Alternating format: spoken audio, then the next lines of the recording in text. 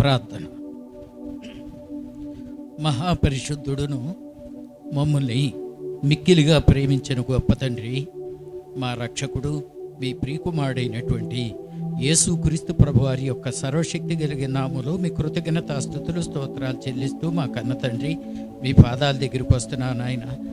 మా బ్రతుకుల్లో మరొక నూతన సంవత్సరాన్ని అనుగ్రహించి దయా కిరీటాన్నిచ్చి ఈ యొక్క మొదటి మాసం 7వ దినం రోజున తిరిగి గత కాలంలో ఏ రీతిలో మీ పిల్లలతో కూడా కలిసి నేను, నా కుటుంబీకులు, మరి అట్లాగే తమ్ముడు రాజేష్ గారు వీరితో కూడా కలిసి మరి మీ యొక్క ఆరాధన క్రమంలో పాల్గొనటం మరియు మీ వాక్యాన్ని మరి బోధించడానికి మాకు మీరిచ్చిన శుభతరుణం కొరకు మిమ్మల్ని స్తుతిస్తూ వస్తున్నాను ఆయన.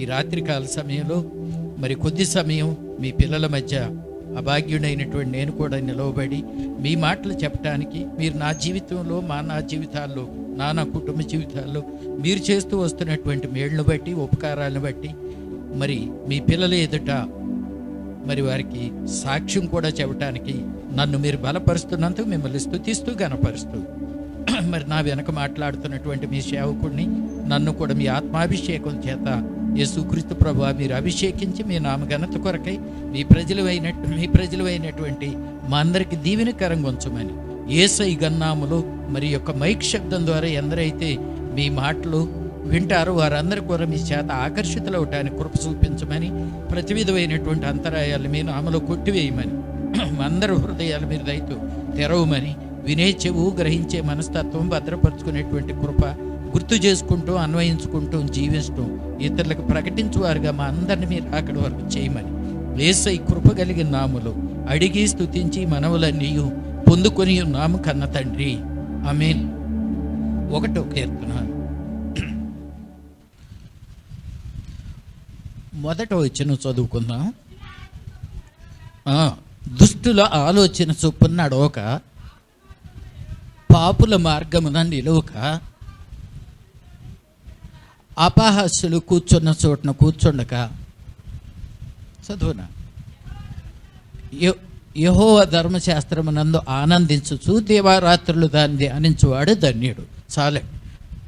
దేవుడు తన పరిశుద్ధ మాటలు మన వినికిడిలో దీవించుడుగా. ఇక్కడ దేవుడు మనకు ఒక విషయాన్ని చెప్పారు.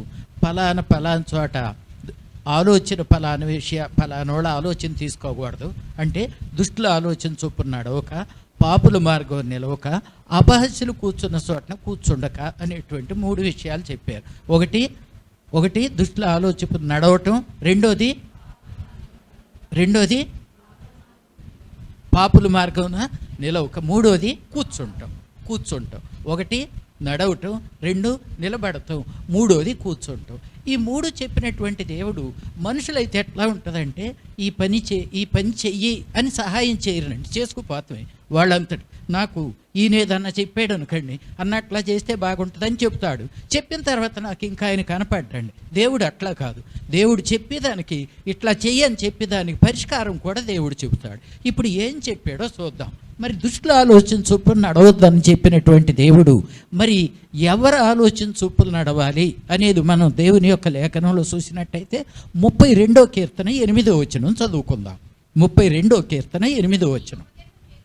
నీకు ఉపదేశం చేసేదను, నీవు నడవవలసిన మార్గము నీకు బోధించేదని. ఇక్కడ ఆగుదాను.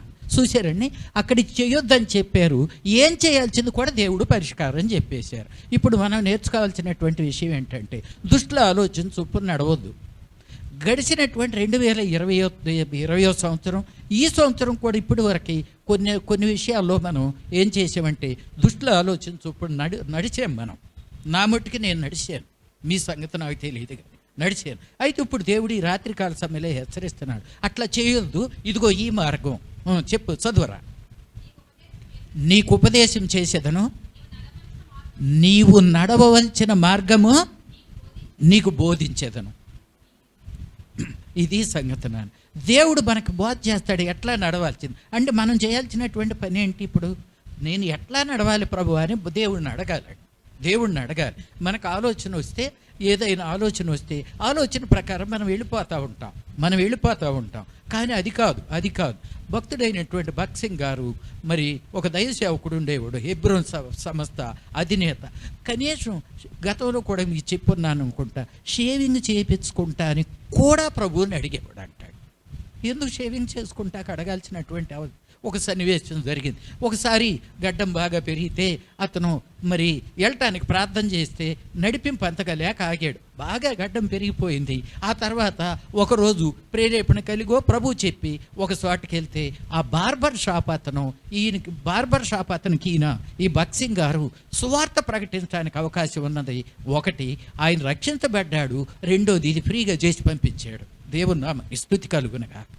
ఎందుకంటే ఆయన చెప్పింది చేస్తే మాత్రం ఇది ఒకటి నాన్న, ఆయన చెప్పింది చేయనోడు బాగుపడినట్టు లేదు. బైబిల్లో మనం చూసినట్టయితే మన జీవితాల్లో కూడా ఆయన చెప్పకోకుండా ఏదైనా ఆయన వద్దన్న చేసి బాగుపడినోడు లేడు. ఆయన చెప్పింది చేయకోకుండా ఉంటే వాడు వర్ధిల్లింది లేదు.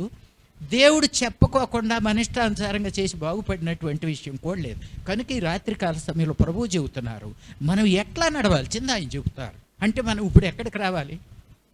కొంతమంది నాలాంటి వాళ్ళు కాదు, ఇటువంటి బుద్ధిమంతులు తల్లిదండ్రులు చెప్పి వెళ్తారు, నేను అమ్మ అక్కడికి వెళ్తున్నానని చెప్పి వెళ్తారు. చెప్తే వాళ్ళ తల్లి తండ్రి ఆటంకపరుస్తారు, అక్కడికి వెళ్ళకూడదు నాన్న, ఇది కరోనా సమయం కదా అని వాళ్ళు ఆగుతారు. నేను చెప్పుకోకుండా వెళ్ళిపోతా కాబట్టి కరోనా తగిలించుకొస్తా. ఇది తేడా. చెప్పినటువంటి వ్యక్తి తల్లిదండ్రులు పెద్దవాళ్ళు కాబట్టి వాళ్ళు చెప్పింది వీళ్ళు వింటారు కాబట్టి కరోనా రాదు వాళ్ళ ఇంటికి. మా ఇంటికి ఎందుకు వద్దంటే నేను చెప్పను, వాళ్ళతో వెళ్తాను, దాన్ని వేసుకుని ఇంటికి వస్తే ఇంటి మొత్తం అట్టా చూస్తుంటారు కరోనా మొఖాలు వేసుకుని. అది సంగతి జరిగేది. ఒకటి. రెండో విషయం చూద్దాం. ఒకటి అయిపోయింది కదా, దేవుడు చెప్పినట్టు చెయ్యాలి. అంటే మనం చేయాల్సింది ఏంటి? మనం చేయాలి దేవుని దగ్గర విచారణ చేయాలి. నెంబర్ 1 నడవటానికి. రెండోది 1వ కీర్తన, పాపుల మార్గమున నిలువక. పాపుల మార్గం నిలవకని చెప్పేసి దేవుడు వదిలిపెట్టలేదండి. ఎక్కడ నిలబడాలో ఆయన చెప్పారు. రండి, యోహాను సువార్త 15వ అధ్యాయం 7వ వచనం. యోహాను సువార్త 15వ అధ్యాయం 7వ వచనం. నా యందు మీరును మీ యందు నా మాటలు నిలిచి ఉండిన ఎళ్ళ మీకేది ఇష్టం అడుగుడై. అది సంగతి అండి. ఇప్పుడు ఎక్కడ నిలవబడమంటున్నారు? అక్కడ వద్దు అని చెప్పారు దేవుడు. ఎక్కడ నిలవబడమంటున్నారు? నాలో మీరును నా మాటలు మీలో నిలిచి ఉండిన ఎళ్ళ మీకేది ఇష్టమో ఇది అడగండి అంటున్నారు. మీకేది ఇష్టమని. ఇప్పుడు మనం ఎక్కడ ఉండాలి? దేవునిలో నిలిచి ఉండాలి. దేవుని యొక్క మాటలు కూడా మనలో నిలిచి ఉండాలి. మనం ఉండాల్సినటువంటి స్థలం దేవుడి దగ్గర ఉండాలి, దేవుని లోపల ఉండాలి, మనం భద్రపరచబడి ఉండాలి. ఎందుకంటే ఈ యొక్క 34వ కీర్తన 7వ వచనంలో ఒక మాట రాసి ఉంటుంది. నేను చెప్తాను చూడబడలే. అక్కడ ఏం రాసి ఉంటుందంటే, యెహోవాయందు భయభక్తులు గల వారి చుట్టూ ఆయన దూత కావలుండి కాపాడి రక్షించునని. ఇప్పుడు మనం ఎక్కడున్నాం? మనం చుట్టూ ఉన్నారనుకో, మనం ఎక్కడున్నాం? లోనున్నాం. ఇప్పుడు లోనున్నాం. లోపల ఉన్నటువంటి వ్యక్తి ఇప్పుడు వర్షం వస్తే తడుతామా? ఎండొస్తే అంత సమస్య ఉండదు. మూడవది, మంచు వస్తే అంత సమస్య ఉండదు. ఇంకా ఎక్కువగా మాట్లాడితే వాటిని కూడా వేసేసుకుంటాం, మొత్తం సురక్షితంగా ఉండదు. లోపల ఉన్నటువంటి వ్యక్తికి కీడు కలిగేటువంటి అవకాశం లేదు. కనుక దేవుడు లోపల ఉన్నటువంటి వ్యక్తి, దేవుని యొక్క మాటలు మనలో ఉంచుకున్నటువంటి వ్యక్తి, వాడు వర్ధిల్లుతాడు. అక్కడ చెబుతున్నాడు కదా, మీకు ఏది ఇష్టమో అది అడుగు. అంటే ఏది ఇష్టమో అది అడగమంటే ప్రధానమంత్రిని అవుతానంటే అది కాదు, అయ్యి అడగం మనం. జగన్మోహన్ రెడ్డి బదులు నేను ఎక్కుతానయ్యా, నువ్వు చెప్పావు కానీ నీలోనే ఉంటా, నీ మాటలు నాలోనే ఉంటాయి అని గబగబ మనకు వచ్చినటువంటి ఆ యొక్క 23వ కీర్తన 91వ కీర్తన చదువుకుంటా ఉండే మాటలంటే జగన్మోహన్ రెడ్డి పోస్ట్ మనకి ఇవ్వడం. అసలు అడగమయ్యి వాటి మీద ఉండదు. ఏమడుగుతామో చూద్దాం. మత్తయి సువార్త 6వ అధ్యాయం 33వ వచనంలో ఈ మాట వ్రాయించారు ప్రభువారు. చూడండి. కాబట్టి మొదట ఆయన రాజ్యమును నీతిని మొదట వెతకండి, అప్పుడు అవన్నీ మీకు. దేవుని బిడ్డలు ఏది అడుగుతారంటే దేవుని యొక్క రాజ్యం గురించి, నీతి గురించి అడుగుతూ ఉంటారండి. దేవుడు విడిచిపెట్టేళ్ళినటువంటి ప్రభువారు విడిచిపెట్టేళ్ళినటువంటి ఆ యొక్క సువార్త పని విషయంలో ఆసక్తి కలిగి ఉంటారు, పాటలు పాడటానికి ఇష్టపడతారు. దేవుడు గురించి అలా ఆలోచన ఉంటుంది. ఇవన్నీ క్షయమయ్యేటువంటి వాటి మీద వాళ్ళకి మనసు ఉండదు. మనసు ఉందంటే కొద్దిగా తేడా ఉండట్టు.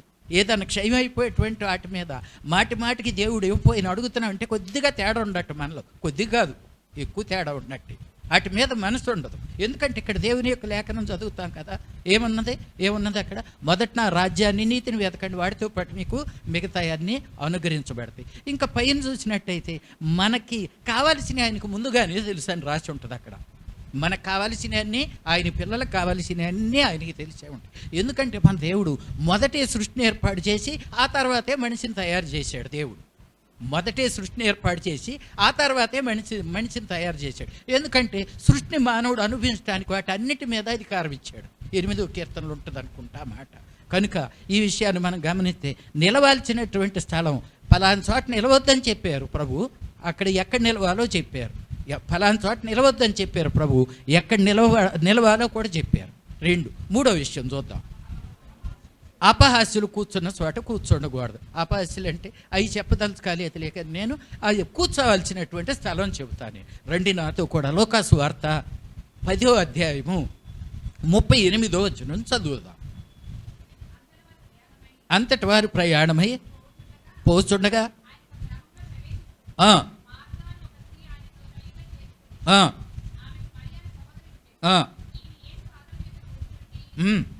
చాలు నాన్న.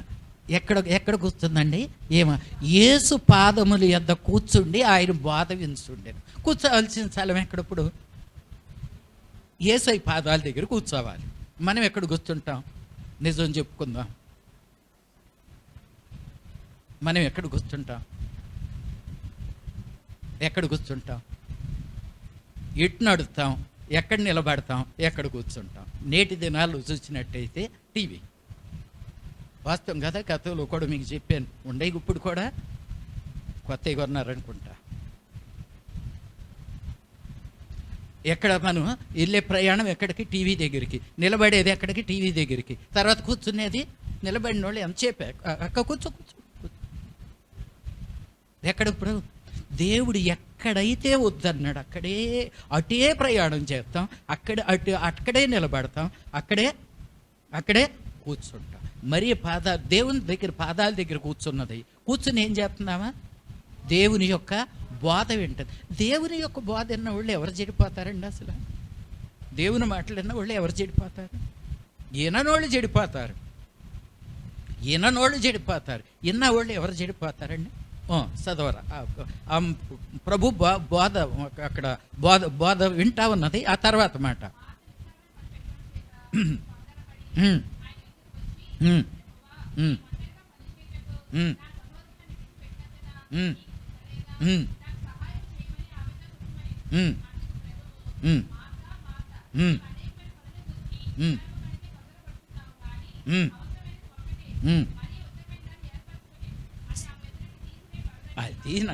అది సంగతి నాన్న. ఏమిటంట మరి అంట ఉత్తమం అంటే మేలుకరమైనటువంటి దాన్ని ఏర్పాటు చేసుకుంది, ఎన్నుకున్నది. అది ఆమె దగ్గర నుంచి తీసివేయబడదంట. దేవుడు మాటలు ఆయన దగ్గర నుంచి మా అమ్మ ఒక మాట చెప్పేది. ఏం చెప్పేదంటే, మరి చదువుకో అని చెప్పేది. అన్నీ దొంగతనం చేస్తారు, చదువు ఎవ్వరు దొంగలించరా నాయన, నువ్వు బాగా చదువుకోమని ఆమె చెప్పిన కొంచెం చదవటం మానేసినట్టున్నాను నేను. ఆమె చదువుకోవాల, నాకు చదువుకోమని చెప్పేది. ఇంకొక విచిత్రమైనటువంటి విషయం, ఆమె బాగా చదువుకున్నదేమో అనుకునేవాడినేమో, మరి చిన్నప్పుడు నాకు అంతగా ఇది లేదు. ఆమె ఒక పద్ధతి అన్నమాట. చిన్నప్పుడు బాగా కష్టపడి చదివిచ్చేది నన్ను. కష్టపడి నేను చదువుతాం కదా, ఆమె కష్టపడి చదివిచ్చేది. కూర్చోబెట్టి రేపు పాఠం ఇవాడు చదవాలి నేను, వచ్చేసేది, చదివిచ్చేది. ఆమె తర్వాత ఒక రోజు ఆమె ఆల్ రైట్ మొదలెట్టింది అనుకుంటా, నాకు అంతగా గుర్తులేదు. కొంచెం ఈ టేపుని రాసినట్టు. ఓహో, ఏం చదువు అప్పుడు నాకు అర్థమైంది. ఏమంట, బడికాళ్ళ తాతయ్య వాళ్ళ ఇంటి దగ్గర ఉండేదంట. ఒకసారి ఆమె బడికి వెళ్తా ఉంటే పశువులు అడ్డం వచ్చినాయంట. అయ్యేమని పొడితే అనే ఉద్దేశంతో ఒక వయసు ఇంటికి ఈ చివరి నుంచి ఆ చివరికి వెళ్ళిపోయిందంట. ఆ దినాలు అంటూ ఇంకా అద్భుత బడి మానేసినట్టు ఉన్నదామా. అయినప్పటికీ కూడా చదువు కాకపోతే వచ్చేటువంటి నష్టం ఆమెకు తెలుసు కాబట్టి నన్ను చదివిచ్చేది. కనుక దేవుని దగ్గర పాదాల దగ్గర కూర్చుని బోధ వింటున్నటువంటి ప్రతి వ్యక్తి కూడా ఇహమందు మాత్రమే కాదు, పరమందు అత్యధికమైనటువంటి ఆశీర్వాదం. ఇహమందు కూడా సామాన్యుడు కాదు ఆ వ్యక్తి. ఇప్పుడు నేను ఒక మాట చెబుతాను. సేవకులం కదా, మీరు అందరూ వచ్చిన తర్వాత వచ్చారు. ఇక్కడ మోడీ గారు, జగన్మోహన్ రెడ్డి గారు వాళ్ళిద్దరు అనుకుందాం. వాళ్ళు బాగా నవ్వుతున్నారు, అసలు చిన్న విషయం కాదుగా. వచ్చారనుకోండి, మేము వస్తున్నాం సేవకులు అయిన నేను అటు నుంచి వస్తున్నాం. వస్తుంటే మేము ఎవరు అని చెప్తారు, ఈయన మా పాస్టర్ గారు వస్తున్నారని చెబుతారు, పాస్టర్ గారిని పిలవమని చెబుతారు. ఈ మోడీ గారైనా జగన్మోహన్ రెడ్డి గారైనా మాకే విష్ చేస్తారు, వందనాలు అంటారు. ఆడికి తెలిస్తే వందనాలు. ఎందుకని? ఒక ఆయన చూస్తేనేమో ఇండియాకి అధికారి, ఒక ఆయన చూస్తేనేమో రాష్ట్రానికి అధికారి. ఎందుకని ఈ ఆధిక్యత? ఎందుకు? దేవుని సేవకులు కాబట్టి ఈ ఆధిక్యత. ప్రధానమంత్రి, ముఖ్యమంత్రి వాళ్ళ ఆఫీసులకి వెళ్తే మేము కూడా వాళ్ళకి విష్ చేయాల్సినటువంటి అవసరం ఉంటుందేమో, అది వేరే విషయం. ఎందుకు ఇదంటే దైవ సేవకుడికి ఉన్నటువంటి ప్రాధాన్యత. అది ఎంత ఇదో సామాన్యుడు నేను వాడితో పోల్చుకుంటే ఏమీ ఉండదు మా దగ్గర, ఏమి ఉండదు. అన్ని విషయాల్లో లోకరీత్యా చూసినట్టయితే తక్కువే. ఒకటి మాత్రం వాస్తవం, రక్షించబడినటువంటి వ్యక్తులు దేవుని ఆత్మచేత అభిషేకించబడి దేవుని పని చేస్తున్నటువంటి వ్యక్తులు కాబట్టి ఆ యొక్క గౌరవ మర్యాదలు ఉంటాయి, నాకు గౌరవ మర్యాదలు ఉంటాయి. కనుక ఇక్కడ 3 విషయాలు ప్రభువారు తెలియచేశారు. పలానా పని, పలానా చోట మీరు నడవద్దు, పలానా చోట నిలబడవద్దు, పలానా చోట మీరు కూర్చోవద్దు అని చెప్పారు.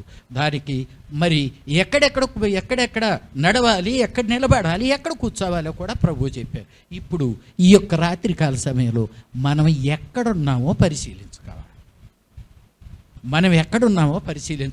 ఎక్కడ నడుస్తున్నాం, ఎక్కడ నిలబడుతున్నాం, ఎక్కడ కూర్చుంటున్నామో పరిశీలించుకుని ఒకవేళ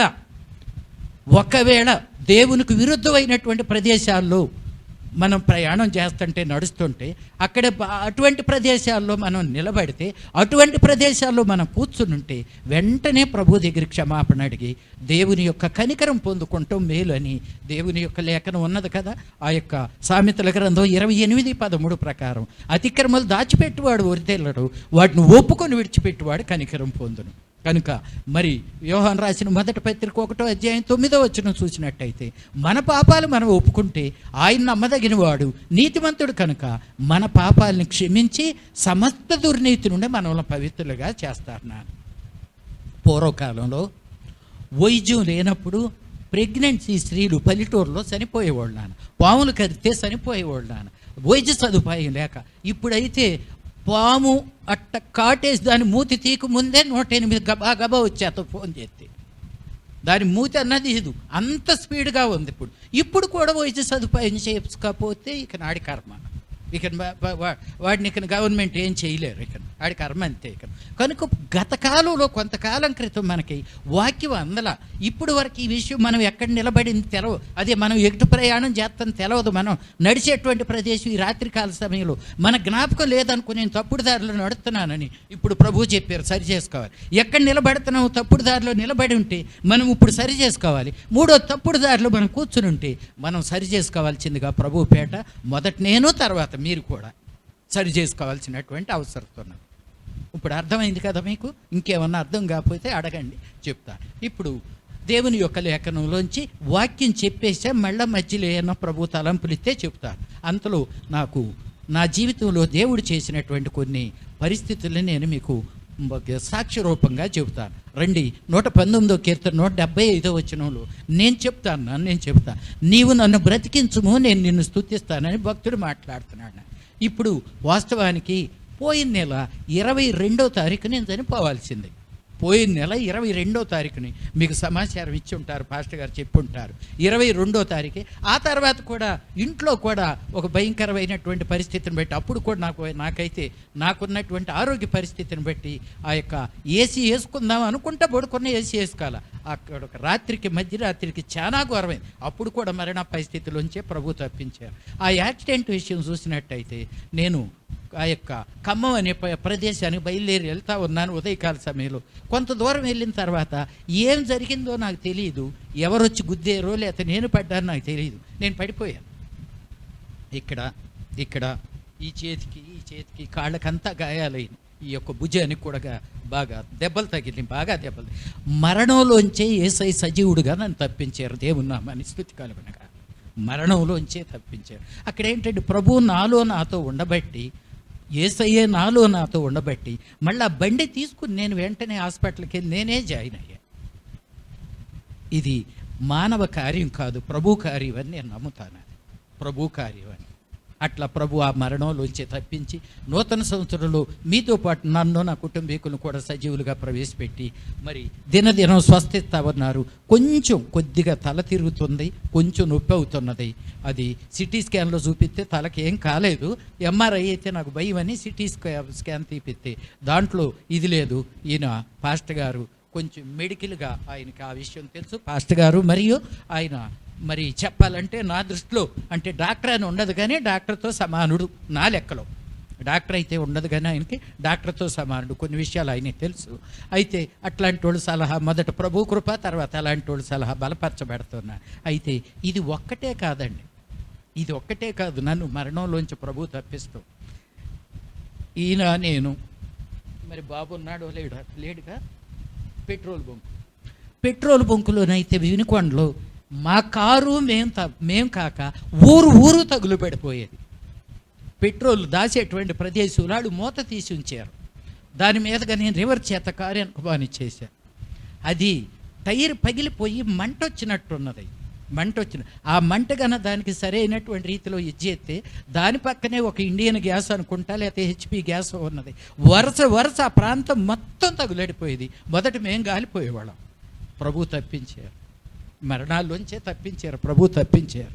ఇట్లా ఒకసారి అయితే విజయవాడ కరెక్ట్గా ఆ పడమటి సెంటర్ అనుకుంటాను, హై స్కూల్ రోడ్డు దగ్గర ఒక అతను వచ్చి కారుతో గుద్దేడు పడిపోయా. కొద్ది అడుగుల్లో ఆర్టీసీ బస్సు వచ్చి ఆగింది. తల మీదకి వెళ్ళేది, తల మీదగానే వెళ్ళేది. ఇంకా చూసినట్టయితే ఒకసారి నేను అటు ఆ యొక్క గిద్దలూరు ప్రాంతంలోంచి బండి వేసుకొస్తా ఉన్నా. చలికాలం, విపరీతమైనటువంటి చలి వణికి బండి పడిపోయింది. సైడు ఆ యొక్క సిగ్నల్ లైట్ వెలుగుతూ ఉన్నది, కటికి చీకటది. ఆ బండిని లేపటానికి ప్రయత్నం చేస్తా ఉన్నా, ఇంతలో లారీ వచ్చేసింది. ప్రభు కృపను బట్టి ఆ లైట్ చూశాడు అనుకుంటా, పక్కగా నిదానంగా వెళ్ళాడు. లేకపోతే అతను ఎక్కితే ఇంకో లారీ కూడా ఎక్కేది. తర్వాత ఇంకోటి వచ్చింది. ఏమి దేవుని యొక్క కృప.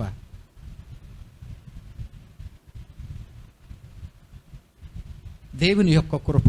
ఒక్కసారి కాదు, నేను నా భార్యకి బండి 2 వీలర్ నేర్పిస్తున్నా. ఆమె కల్లా కొద్దిగా ఎత్తు తక్కువ, కాళ్ళు అందవు. ఒకటి తెప్పింది. కొట్టికి ఆమెకైతే ఇక్కడ 4 3 పక్కటే మీరు ఇరిగిపోయినాయి. నాకు చెయ్య గందరగోళం. అదే అట్లా ఉంచి అయ్యి ఆ యొక్క బోట్లే బిగిచ్చారు. అవి అయితే తనకి ఇక్కడ తగిలినట్టు ఉన్నది. ఇద్దరం చచ్చిపోయేవాళ్ళం. పైపెచ్చు అంత మాత్రమే కాకుండా మా డెడ్ బాడీ ఇటు ఎక్కడ పడతాయి అంటే కింద పడతాయి. కొద్దిగా అది ఎత్తు తక్కువ ఉంటే గోడ ఉంది, ఇద్దరం పుట్టేవాళ్ళం కాబట్టి సరిపోయింది. ఏమన్నా దేవుని యొక్క కృప. మీరు ఎందుకే ఒకసారి నీకు దెబ్బ తగిలినప్పుడు మానుకొని ఇంట్లో కూర్చోవచ్చు. ఎందుకు చేదస్తా, నీకు దెబ్బలు తగలిపోతే నిద్రట్టదా అనేటట్టు చూస్తున్నారా? ఇంటేగా అదేగా నేను ఎప్పుడు వాక్యం అదేగా. దేవుడు నడవమన్న చోటకి నడవం, దేవుడు నిలవబడమన్న చోట నిలబడం, దేవుడు కూర్చోమన్న చోట కూర్చోం. అందుకు ఈ తగులుతూ ఉంటాయి. నేను అనుకుంటున్నాను, నేనైతే వీటికి కారణం నా పాపమేనని చెబుతాను. నేను యోబు గారిలాగా మహాభక్తుడిని, మరి పౌలు గారిలాగా మంచి సేవకుడిని. అందుమూలంగా నాకు ఈ శోధన. అది నేనైతే మరి ప్రభు దృష్టిలో ఎట్టా ఉందో నాకు తెలియదు. యోబు గారికి అయితే దేవుడు సాక్ష్యం ఇచ్చారు, ఆయన మంచి భక్తుడని సాక్ష్యం ఇచ్చారు. పౌలు గారికి సాక్ష్యం ఇచ్చారు. శ్రమలుండి కొరింథీ 2వ పత్రిక చివరి అధ్యాయంలో రాసి ఉంటాయి. చివరి అధ్యాయం దాని పక్కన అధ్యాయాలు రాసి ఉంటాయి. అట్లాంటిదిగా ఏంటి పరిస్థితి ఒక్కటిగా. ఒకసారి అయితే అటు విజయవాడ ఇప్పటి నుంచి వస్తూ ఉంటే కనుమూరు అనేటువంటి ప్రాంతం ఉట్టిగా పడ్డ బండి మీద నుంచి. ఎందుకు అర్థం అయ్యేదేమో పాపం అని నేను చెప్తా. అయ్యో మరి ఎట్లాగా మీరు అనొచ్చు, ఎట్లాగా మరి నువ్వు ఎందుకు అట్లా పాపం చేస్తావు? పాపం అంటే ఏంటి? గబుక్కుని కనపడిన ఉండి టకా మంట పడుతుంది. ఇది ఒక్కటే పాపం కాదు. ఆడు చచ్చిపోవాలనుకుంటాం కూడా పాపమే. ఎంతమందిని అనుకుంటాం రోజుకి, ఒక్కొక్కసారి కోపం వస్తే. ఇట్లా చూసుకున్నప్పుడు ఇవన్నీ నాకు ఇంకా చాలా విషయాలు ఇటువంటి ఇక నేను నిద్రపోతా, కారు తోలుతాను. ఇక నాది అయితే నేను ఈ అమ్మాయి యొక్క నా భార్య నిద్రపోదు అసలు. సామాన్యంగా బండి మీద కూర్చున్నది, కారులో కూర్చొని నిద్రపోదు. ఈ అమ్మాయిని ఒకడు మహేష్ అనే ఒక బుడ్డోడు ఉండేవాడు, నాకు ఒక బుడ్డోడు ఉంటాడు, ఆడు నిద్రపోడు. ఇంత అప్పటి నుంచి తీసుకెళ్ళేవాడు నన్ను ఈ యొక్క పరిచర్యకి తీసుకెళ్ళి. అస్తా కూర్చొని చక్కగట్ట ఆకు చూస్తుంటాడు. ఆ రోజు ఏమో చూడక ఏమని నిద్రపోయింది, నేను నిద్రపోయి ఇద్దరం తోలుకొస్తున్నాం. కారు తోలుతా వచ్చాను. కారు తోలుతా వస్తే ఒక ఆయన రోడ్డు మీద నుంచున్నాడు. టక్కని గుద్దా. అప్పుడు మెలకు వచ్చింది. ఏం చేద్దాం, చచ్చిపోతే అతను ఆర్టీసీ డ్రైవర్ ఎవరో వచ్చి ఇక అయ్యింది నా పెళ్ళి అనుకుంటా ఉండాను. అంతలో ఆడతాలూకా వాళ్ళు ఇద్దరు వచ్చారు. ముగ్గురు కలిస్తే కుక్కను కొట్టినట్టు కొట్టేవాళ్ళు. ప్రభు కనికరం చూపించి, సార్ ఇవన్నీ జరుగుతానంటే ఒక 100 రూపాయలు ఇచ్చిపో అన్నాడు. అమ్మయ్య, ప్రభు తప్పించారు. వాళ్ళు గాన ఆ యొక్క వ్యక్తి గాను చనిపోయినట్టయితే నన్ను తీసుకెళ్ళి జైలు వేసేవాళ్ళు, నెంబర్ ఇచ్చేసేవాళ్ళు, లైసెన్స్ క్యాన్సిల్ చేసేవాళ్ళు. ఇప్పుడు కొంతమంది లైసెన్స్ కాదు కానీ డ్రైవింగ్ క్యాన్సిల్ చేసేస్తున్నారు. లైసెన్స్ ఉంచుతున్నారు కానీ డ్రైవింగ్ క్యాన్సిల్ చేసేస్తున్నావు, నువ్వు తోలుతాకలేదు, బాగాదు. ఆ స్థితికి వచ్చేసారు. ఇంకా తోలుతా అంటే దీనికి అవయవాళ్ళకి తేడా వచ్చిందంట, 2 కలవట్లేదంట. ఇది ఒక చోట ఉంటుందంటే ఇది ఒక చోట ఉంటుంది. ఇది ఇక్కడికి వచ్చేప్పటికీ వీళ్ళని ఒకళ్ళని కుదరటం జరుగుతుంది. అది సంగతి. కనుక ఇట్లా దేవుడు కృప చూపిస్తూ క్షణక్షణం తప్పిస్తూ, మరణాల్లోంచి తప్పిస్తూ సజీవులుగా నన్ను నా కుటుంబీకుల నుంచి మీ దగ్గర సాక్ష్యం చెప్పేటువంటి ధన్యత ఇచ్చారు. రానున్న కాలంలో పరిస్థితి ఎట్లా ఉంటుందో ప్రార్థన చేయండి. అయితే ఒక్కటే ఇది కాదు నాయన, నా ఒక్కడదే కాదు, నాకు మీకు కూడా హెచ్చరిక, జాగ్రత్త. పిల్లలు యవనస్తులు జాగ్రత్త. ఇక ఒక్క యాక్సిడెంట్లు లేకపోతే ఇయనే కాదు నాన్న, ఏదో ఒక రీతిగా నాకు తెలిసి అయితే ఇప్పుడే తమ్ముడు చెబుతున్నారు,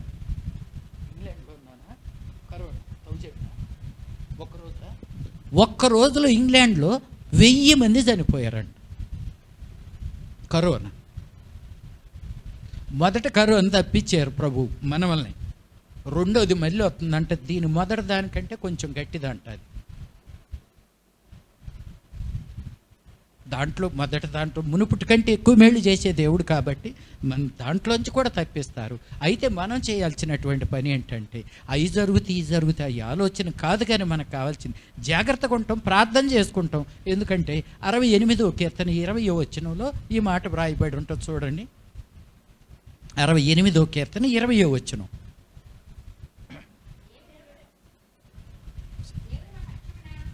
దేవుడు మన పక్షమున పూర్ణ రక్షణ కలగజేయు దేవుడై ఉన్నాడు.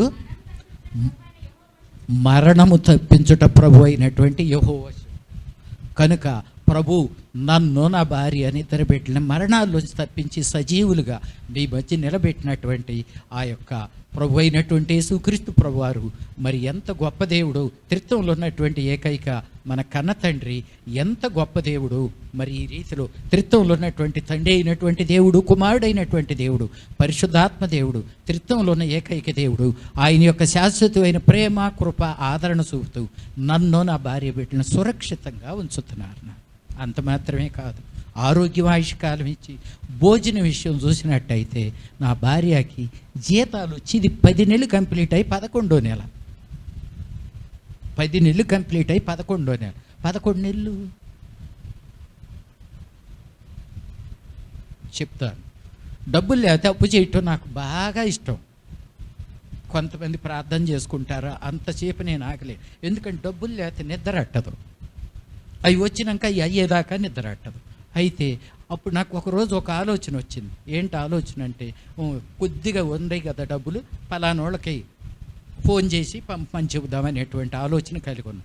ఇంతలో నేను అప్పటికే ప్రార్థన చేసుకుని వాక్యం బైబిల్ చదువుకుని క్యాలెండర్ల మీద వాక్యాన్ని నా కూతురుని అడిగి, అమ్మాయి ఈ దినం ఏంటో వాక్యం చూడమని చెబితే అమ్మాయి చెప్పింది కదా, ద్వితీయోపదేశకాండం అనుకుంటా, నిన్ను అనేక జనాలకి అప్పిచ్చువాడిగా చేస్తానని ఆ మాట చెప్పింది.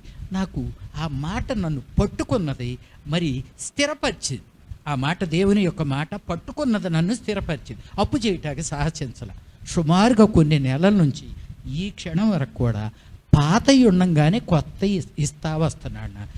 తక్కువగా సమృద్ధిగా, అప్పు లేదు. ఆ సాయంత్రానికో మరుసటి రోజు ఒక ఆయన ఫోన్ చేశాడు, అయ్యో ఒక 1000 రూపాయలు అప్పిస్తారా అని. ఇస్తాను రా, మన చెప్పాడుగా, దేవుడు చెప్పాడుగా, నిన్ను అనేక జనాలకి అప్పిచ్చువాడుగా చేయాలి. అదే కొనసాగుతుంది. ఏమని చెబుదాం ఆయన గురించి? ఏమని చెబుతాం ఆయన గురించి? ఇట్టి ఇరుకులో ఉండగానే నా కూతురు విషయంలో కూడా ఆమె నిరుద్యోగం ఉంటుంది, కొడుకు కూతురు కూడా. ఏంటి అర్థం కావట్లేదు. ఆ అమ్మాయి హిందీ చదువుకున్నటువంటి వ్యక్తి. పరీక్ష రాస్తే ప్రభు కృపను బట్టి స్టేట్లో హిందీ పండిట్గా 100వ ర్యాంక్ ఇచ్చారు ప్రభు. ఆమె అవినిగడ్లో చదువుతూ ఉన్నది ఇప్పుడు. ఇట్లా చూసినట్టయితే ప్రతి విషయంలో కూడా దేవుడు మేలు చేస్తూ మా జీవితాలను ముందు కొనసాగిస్తూ వస్తున్నారు. నా కొరకు, నా భార్య బిడ్డల కొరకు ప్రభువు అక్కడి వరకు నమ్మకంగా పనిచేసేటట్టు ఆయనల్లా అత్యధికమైన మహాకృప చూపుతూ నన్ను మమ్మల్ని కాపాడుతుంటే మరి కృతజ్ఞత లేకుండా నేను ఉండటం అది మేలుకరమైనటువంటి విషయం కాదు. కాబట్టి ఇక నుంచైనా కృతజ్ఞత కలిగి దేవుడు చెప్పిన బట్టి పని చేయట్టు, దేవునికి ఆయన ఇష్టానుసారంగా ఆయన ఎట్లా నడిపితే అట్లా నడపటం, ఆయన వెనకాల నడవటం నాకు, నా కుటుంబీకులకి మరి అది మేలు. కాబట్టి ఆ పద్ధతిలో నేను నా భార్య బిడ్డలు నడిచేటట్టు ప్రభు రాకడ వరకు మా కొరకు ప్రార్థన చేయండి.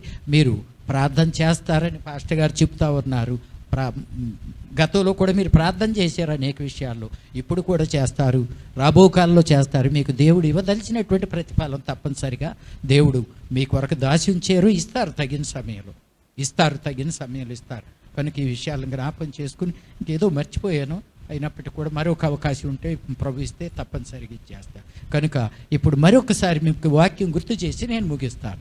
మనం నడవాల్సినటువంటి పద్ధతి ఎటు నడవాలి, రెండోది నిలబడాల్సినటువంటి స్థలం ఎక్కడ, మూడో విషయం కూర్చోవలసినటువంటి స్థలం ఎక్కడ. మరి నడిచి దేవునితో పాటు నడిచినటువంటి హానోకు పరమ చేరాడు, ప్రభు దగ్గరికి వెళ్ళిపోయాడు. దేవుడితో కూడా నడిస్తే పరానికి వెళ్తారు, ప్రభు దగ్గరికి వెళ్తారు, ఆయనతో కూడా యుగయుగాలు ఉంటాడు. హానోకు జీవితం చూసుకున్నట్టయితే. రెండోది చూసినట్టయితే నోవాహు కూడా దేవునితో నడిచినటువంటి వ్యక్తి. అతడు కూడా దేవునికి ఒక ప్రత్యేకమైనటువంటి వ్యక్తిగా పరిగణించబడ్డారు. మరి తర్వాత చూసినట్టయితే నిలబడే చోట దేవునిలో కనుక మనం నిలబడి దేవుని యొక్క మాటలు మనలో ఉంచుకున్నట్టయితే దేవుని యొక్క ఆశీర్వాదం పొందుకుంటాం. మరీ కూడా దేవుని చేత మరి ఆమె గొప్ప చేయబడినట్టుగా, ఆమె నేర్చుకునేటువంటి, ఆమె చేసేటువంటి పని మంచిది అని దేవుని చేత ప్రశంస పొందినటువంటి వ్యక్తిగా చూస్తా ఉన్నాం. మన యొక్క నడక, నిలబడటం, కూర్చోటం మనలో మనం కనిపెట్టుకుని జాగ్రత్తగా లేఖనాల దగ్గరికి వచ్చి పరిశీలించకపోతే ప్రమాదంలో పడేటువంటి అవకాశం ఉంటుంది. కనుక ఈ విషయాలను గుర్తు చేసుకుని ఇక్కడి నుంచైనా ఇప్పటి వరకు మానవులు అనేవాళ్ళు ఏదో ఒక రీతిలో తొలగిపోతూ ఉంటాం. మనం ప్రభు దగ్గర క్షణక్షణం సరి చేసుకుంటూ దేవునితో కూడా కలిసి ఆయన రాకడ వరకు నడుద్దాం. మనం ఆయనకు అప్పచెప్పుకుందాం. అట్టి కృప దేవుడు మనకు అనుగ్రహించి ముందుకు నడిపించునుగాక. ఆమేన్. చిన్న ప్రార్థన చేసుకుందాం. మహాపరిశుద్ధుడును మమ్మల్ని మిక్కిలిగా ప్రేమించిన గొప్ప తండ్రి, మా రక్షకుడును మీ ప్రియకుమారుడైనటువంటి యేసయ్య నామములో మీ స్తుతులు, వందనాలు నాయన. మీ దేన సేవకుడు నన్ను మీ కృప చొప్పున మళ్ళా తిరిగి గడిచిన సంవత్సరాల్లో లాగానే సజీవుడు గుంచి గతంలో ఆడుకున్న రీతిలో రైతుని బట్టి మీ స్తోత్రాలు. ఈ సంవత్సరాన్ని బట్టి మీకు వందనాలు నాయన. మీరు అక్కడ ఆలస్యమైతే మొదట మీతోనూ తర్వాత తమ్ముడికి మాకు మీరు ఇచ్చిన ఆత్మీయ ఐక్యతను మీరు అక్కడి వరకు మీలో అంటుగట్టి ఫలింప చేయమని యేసయ్య పుణ్యనామములు అడిగి వేడుచున్నాం కన్న తండ్రి. ఆమేన్. పోతే ఇంకొక చిన్న విషయం చెబుదాం. ఆ దినం ఇట్టి ప్రమాదకరమైనటువంటి పరిస్థితిలో నాకు వాస్తవానికి నాకు తల్లికి పుట్టినటువంటి వ్యక్తి నేను ఒక్కడనే. అన్నదమ్ములు అక్కచెల్లెళ్ళు ఎవరు లేరు నాకు. తమ్ముడు చెప్తా వచ్చారు. ఆ దినం నాకు ఆ యొక్క సంఘటన జరిగితే తమ్ముడు ఒక విషయం చెప్పాడు, అన్నయ్య బట్టలు పెట్టుకుని వచ్చేసాను నేను హాస్పిటల్ దగ్గరికి. ఎవరు? అమ్మకు పుట్టినటువంటి వ్యక్తి కాదు, కాకపోతే అయినా నేను ఒక తండ్రి బిడ్డలో, యేసయ్య బిడ్డలో. ఈ ప్రేమ ఎంత గొప్పదో చూడండి. బట్టలు పెట్టుకుని వచ్చేసాడంట. ఒకవేళ హాస్పిటల్లో ఉండాల్సిన పరిస్థితి ఏర్పడితే ఉండటానికి దేవుడు కొరకు ఉన్నటువంటి వ్యక్తులకి మరి దేవుని బిడ్డలు అన్నదమ్ములుగా అక్క చెల్లెలుగా ఉంటారు. అదే రీతిలో గుడివాడ పాస్టర్ గారు తెలుసుగా, వెంకటరత్నం గారు, ఆయన కొడుకు కూడా అక్కడికి వచ్చి అక్కడ ప్రభు కృపను బట్టి ట్రీట్మెంట్ జరిగిన తర్వాత అక్కడ నుంచి వాళ్ళ ఇంటికే తీసుకెళ్ళి కొద్ది దినాలుండి మమ్మల్ని ఆదరించి ప్రభు వాళ్ళ ద్వారా ఆదరించి మళ్ళీ తీసుకొచ్చి కారులో తీసుకొచ్చి ఇంట్లో దింపెళ్ళారు. ఏంటి ప్రేమ తమ్ముడు! ఆ సమయంలో అంతకు ముందే 7వ తారీఖున తల్లి చనిపోయింది. అప్పుడు కూడా మరి అనేకులు వచ్చి ప్రభుపేట నన్ను నా కుటుంబీకులు ఆదరించారు. ఒక్క నోటి మాట ద్వారా కాదు, ఫైనాన్షియల్గా కూడా ఆదరించారు. తమ్ముడు ఒకరోజు నేను అన్న వచ్చి మీ దగ్గరకు వచ్చి కొంత సమయం గడుపుతానని చెప్పాను. నా దగ్గరికి మరొక చెల్లి వచ్చింది. ఆ రోజునైతే వచ్చినటువంటి వ్యక్తిని వెనక పంపించేశాను. ఆ తర్వాత గుడివాడలో కనపడితే నా యొక్క దెబ్బలు ఇవన్నీ చూసి నాతో కూడా ఉండి ఆయన అన్నటువంటి మాట నాకు ఎంత ఆదరణ కలిగిందో ఏంటంటే, అన్న నేను ఉండేవాడినే కానీ ఆ యొక్క అమ్మాయి సెలవు అంటే తను మిస్సెస్ ఆ యొక్క నర్సుగా పనిచేస్తారు, ఎవరినో పంపించి అమ్మాయి ఇంటి దగ్గర ఉన్నదంట, వెళ్ళి పంపించాలి అనేటువంటి ఏంటా సంజాయిషి? ఎవరైనా ఏంటా సంజాయిషి అంటే, అన్న నేను వెళ్ళిపోతున్నందుకు బాధపడొద్దు, లేకపోతే ఏమనుకోవద్దు అనేటువంటి సంజాయిషి ఆయన ఎవరండి నాకు చెప్పడానికి? సొంత వాళ్ళే మనల్ని పట్టించుకారు కదా. అన్నకి ఏదన్నా అయితే తమ్ముడు రావట్లేదు కదా, ఏంటి ప్రేమ? ఇక ఇట్లా చెప్పుకుంటూ వెళ్తే ఒకటి కాదు, అనేకులు వచ్చి వాళ్ళ యొక్క ప్రభు వాళ్ళకి ఇచ్చినట్లు ధారాళంగా వాళ్ళకి ఈ రోజు వరకు కూడా ఇస్తూనే ఉన్నారు. జీతం మిగులుతానే ఉంది, ఇది జరుగుతూనే ఉంది పని. ఏంటిది? దీనికి అంతటికి యేసయ్య కాడు. ఆయన నామానికి మహిమ ఘనతల ప్రభావాలు యేసయ్య పేరట మన తండ్రి అయినటువంటి దేవునికి స్తోత్రం చెల్లిస్తున్నాను. ప్రభు రాకడ ఆలస్యమైతే మరొక తరుణం కలుసుకుందాం. దేవుడు మనల్ని దీవించి ఆయన రాకడ కొర సిద్ధపరచునుగాక. ఆమేన్. మమ్మల్ని మికిలిగా ప్రేమించిన మా ప్రియ పరలోకపు తండ్రి, మీ ఘనమైన శ్రేష్టమైన అత్యున్నతమైన నామానికి వేలాది స్తుతులు స్తోత్రాలు చెల్లిస్తూ ఉన్నాను ప్రభు. మరొకసారి మీ ప్రియ బిడ్డలందరితో కలిసి మీ గణపరచడానికి, మీ మాటలు పంచుకోవడానికి అల్పుడనైన నాకు మీరు ఇచ్చినటువంటి గొప్ప భాగ్యాన్ని బట్టి మీకు వందనాలు చెల్లిస్తూ ఉన్నాను. ఇంతవరకు నీ దాసుని నిలువ పెట్టుకొని ప్రభా, ఏ విధంగా మా జీవితం ఈ లోకంలో ఉండాలో మీ దాసుని పట్ల మీరు ఎలా కాపాడుతూ వచ్చారో చాలా విషయాలు మాకు నేర్పిస్తూ వచ్చినందుకే నీకు వందనాలు చెల్లిస్తూ ఉన్నాను. మరొకసారి మీ పాదాల సమీపానికి వస్తూ ఉన్నాం ప్రభు. మీరే మా అందరితో మాట్లాడమని వేడుకుంటున్నాను. మీరు మాట్లాడితే మాకు అర్థమవుతుంది ప్రభు, మీరు మాట్లాడితే మేము నేర్చుకోగలం. అటువంటి మీ మెలనైన స్వరాన్ని రాత్రి మేము వినగలగడానికి సహాయం చేస్తూ రమ్మని, సమయోచితమైన సహాయం కొరకు మీ వైపు ఎదురు చూస్తూ మా ప్రభును మీ రక్షకుడైన యేసయ్య పుణ్యనామంలో మిక్కిలి వినయంగా బ్రతిమాలి అడిగి వేడుకొని ప్రార్థిస్తున్నాం తండ్రి. ఆమేన్. మీ అందరికీ వందనాలండి. బహుశా 7 సంవత్సరాల క్రితం వచ్చుంటాను, 7 లేదా 8 సంవత్సరాల క్రితం మందిరానికి రావడం జరిగింది. మరొకసారి దేవుడు మీ మధ్య పరిచయం చేయడానికి దేవుడు నాకు ఇచ్చిన గొప్ప అవకాశాన్ని బట్టి దేవునికి వందనాలు చెల్లిస్తూ ఉన్నాను. 1968వ సంవత్సరం మెక్సికో అనే దేశంలో ఒలింపిక్స్ జరిగినాయి. ఆ ఒలింపిక్స్లో ఒక ఆయన మారథాన్ రన్నింగ్ చేయడానికి వచ్చాడు. ఇథియోపియాకి చెందినటువంటి వ్యక్తి, ఆయన పేరు జాన్. ఆయన పరుగు పందెం మొదలుపెట్టాడు. మారథాన్ రన్నర్ అంటే బయలుదేరితే 25-30 కిలోమీటర్లు పరిగెత్తానే ఉంటారు. అలా వెళ్ళినప్పుడు పరుగు పందెం ప్రారంభించిన కాసేపటికే ఈ మోకాల దగ్గర నరకం తెగిపోయింది. ఆయనకి మోకాల కింద నరం అక్కడే కుప్పకూలిపోయాడు. కుప్పకూలిపోయిన తర్వాత ఏడవటం మొదలుపెట్టాడు.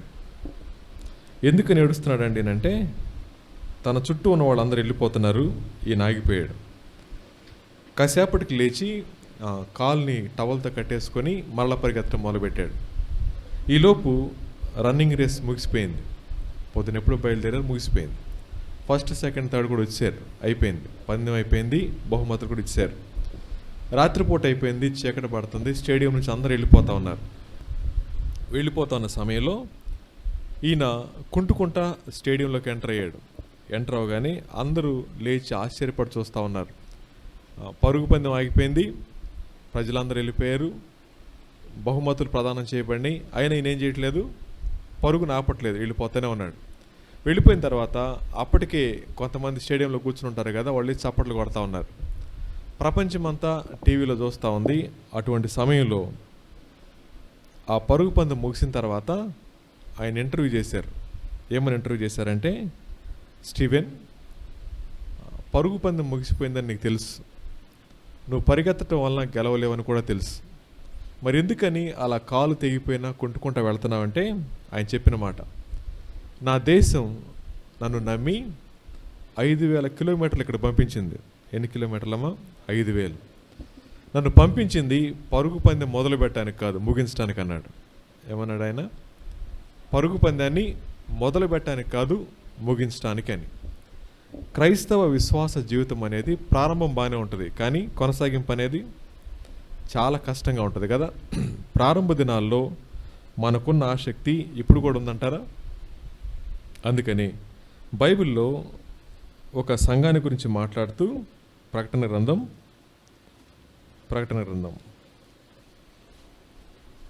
2వ అధ్యాయం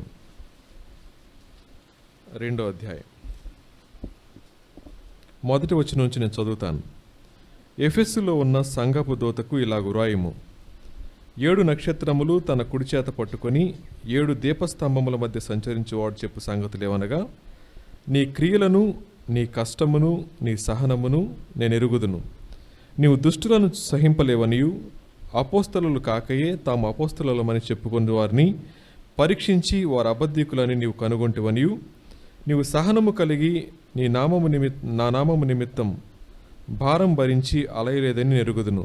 అయినను మొదట నీకుండిన ప్రేమయు నీవు వదిలితువని నేను నీ మీద తప్పు ఒకటి మోపవలసి ఉన్నదేనే మాట.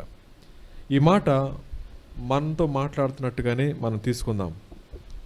యేసుక్రీస్తు ప్రభువారిని సొంత రక్షకునికి అంగీకరించిన తర్వాత మన విశ్వాస యాత్ర ప్రారంభమైంది.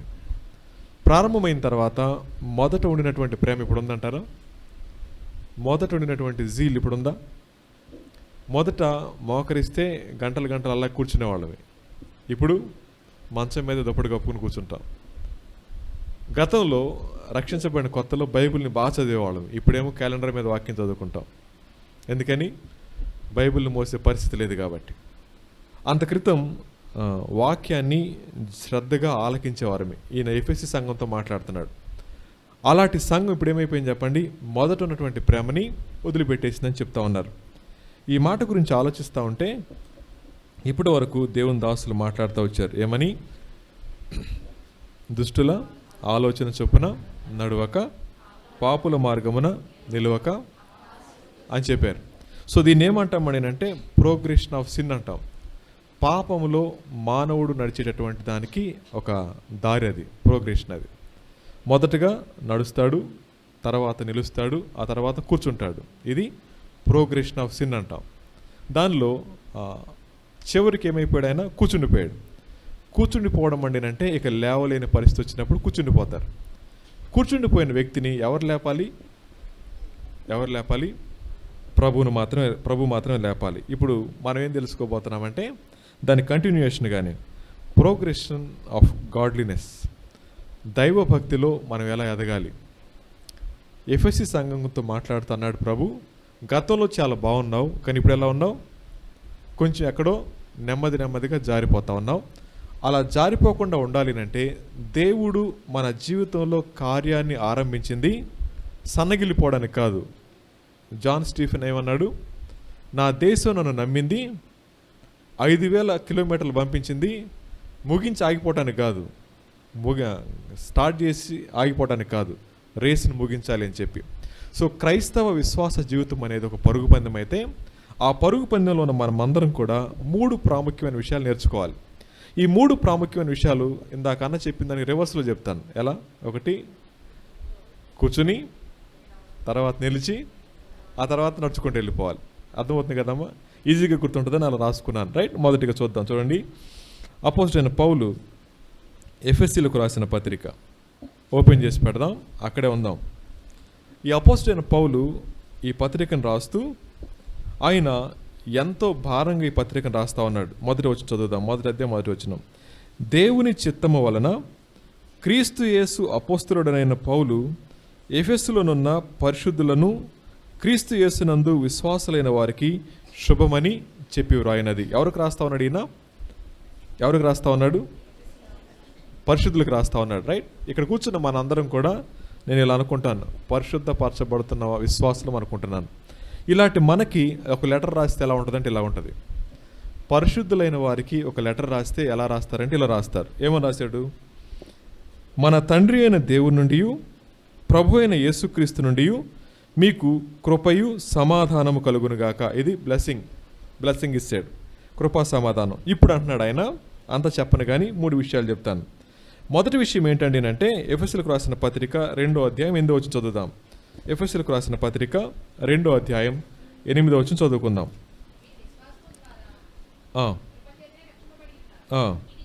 ఇది మీ వలన కలిగినది కాదు, దేవుని వరమే. 7వ వచనం కూడా చదువుదాం. క్రీస్తు యేసునందు మనలను ఆయనతో కూడా లేపి పరలోకమందు ఆయనతో కూడా కూర్చుండబెట్టును. ఇప్పుడు జాగ్రత్తగానండి, ఎవరికి రాస్తున్నాడు ఈ పత్రిక? పరిశుద్ధులు కదా. పరిశుద్ధులు ఎక్కడుంటారు? భూమి మీద ఉంటారా, పరలోకంలో ఉంటారా?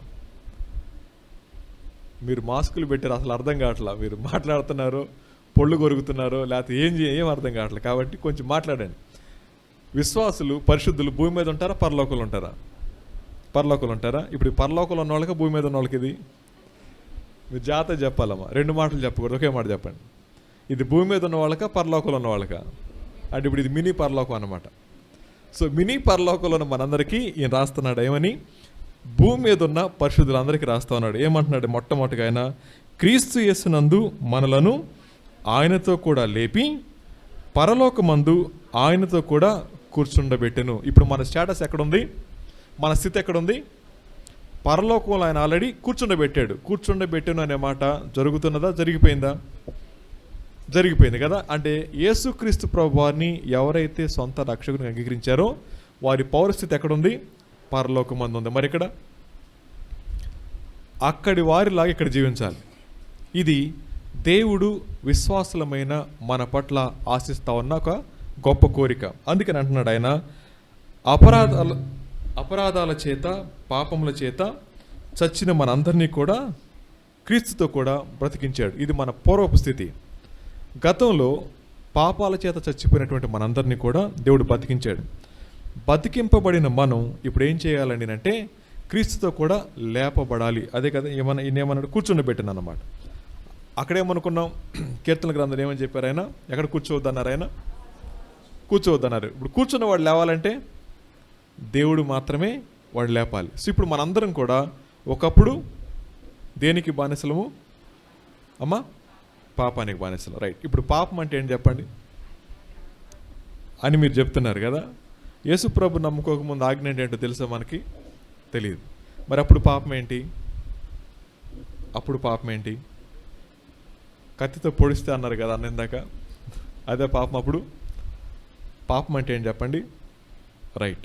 సో ఇప్పుడు ఒక వ్యక్తి నేను క్రీస్తుతో కూడా కూర్చుండబెట్టబడ్డాను అన్న విషయం అర్థం కావాలి అంటే నేను ఏ స్థితి నుంచి బయటకు వచ్చినో నాకు అర్థం కావాలి. అందుకని అంటున్నాడు ఆయన, మీరు అపరాధాల చేత పాపాల చేత చచ్చిపోయారని. ఎవరితో చెప్తున్నాడు ఆయన? పరిశుద్ధులతో చెప్తున్నాడు.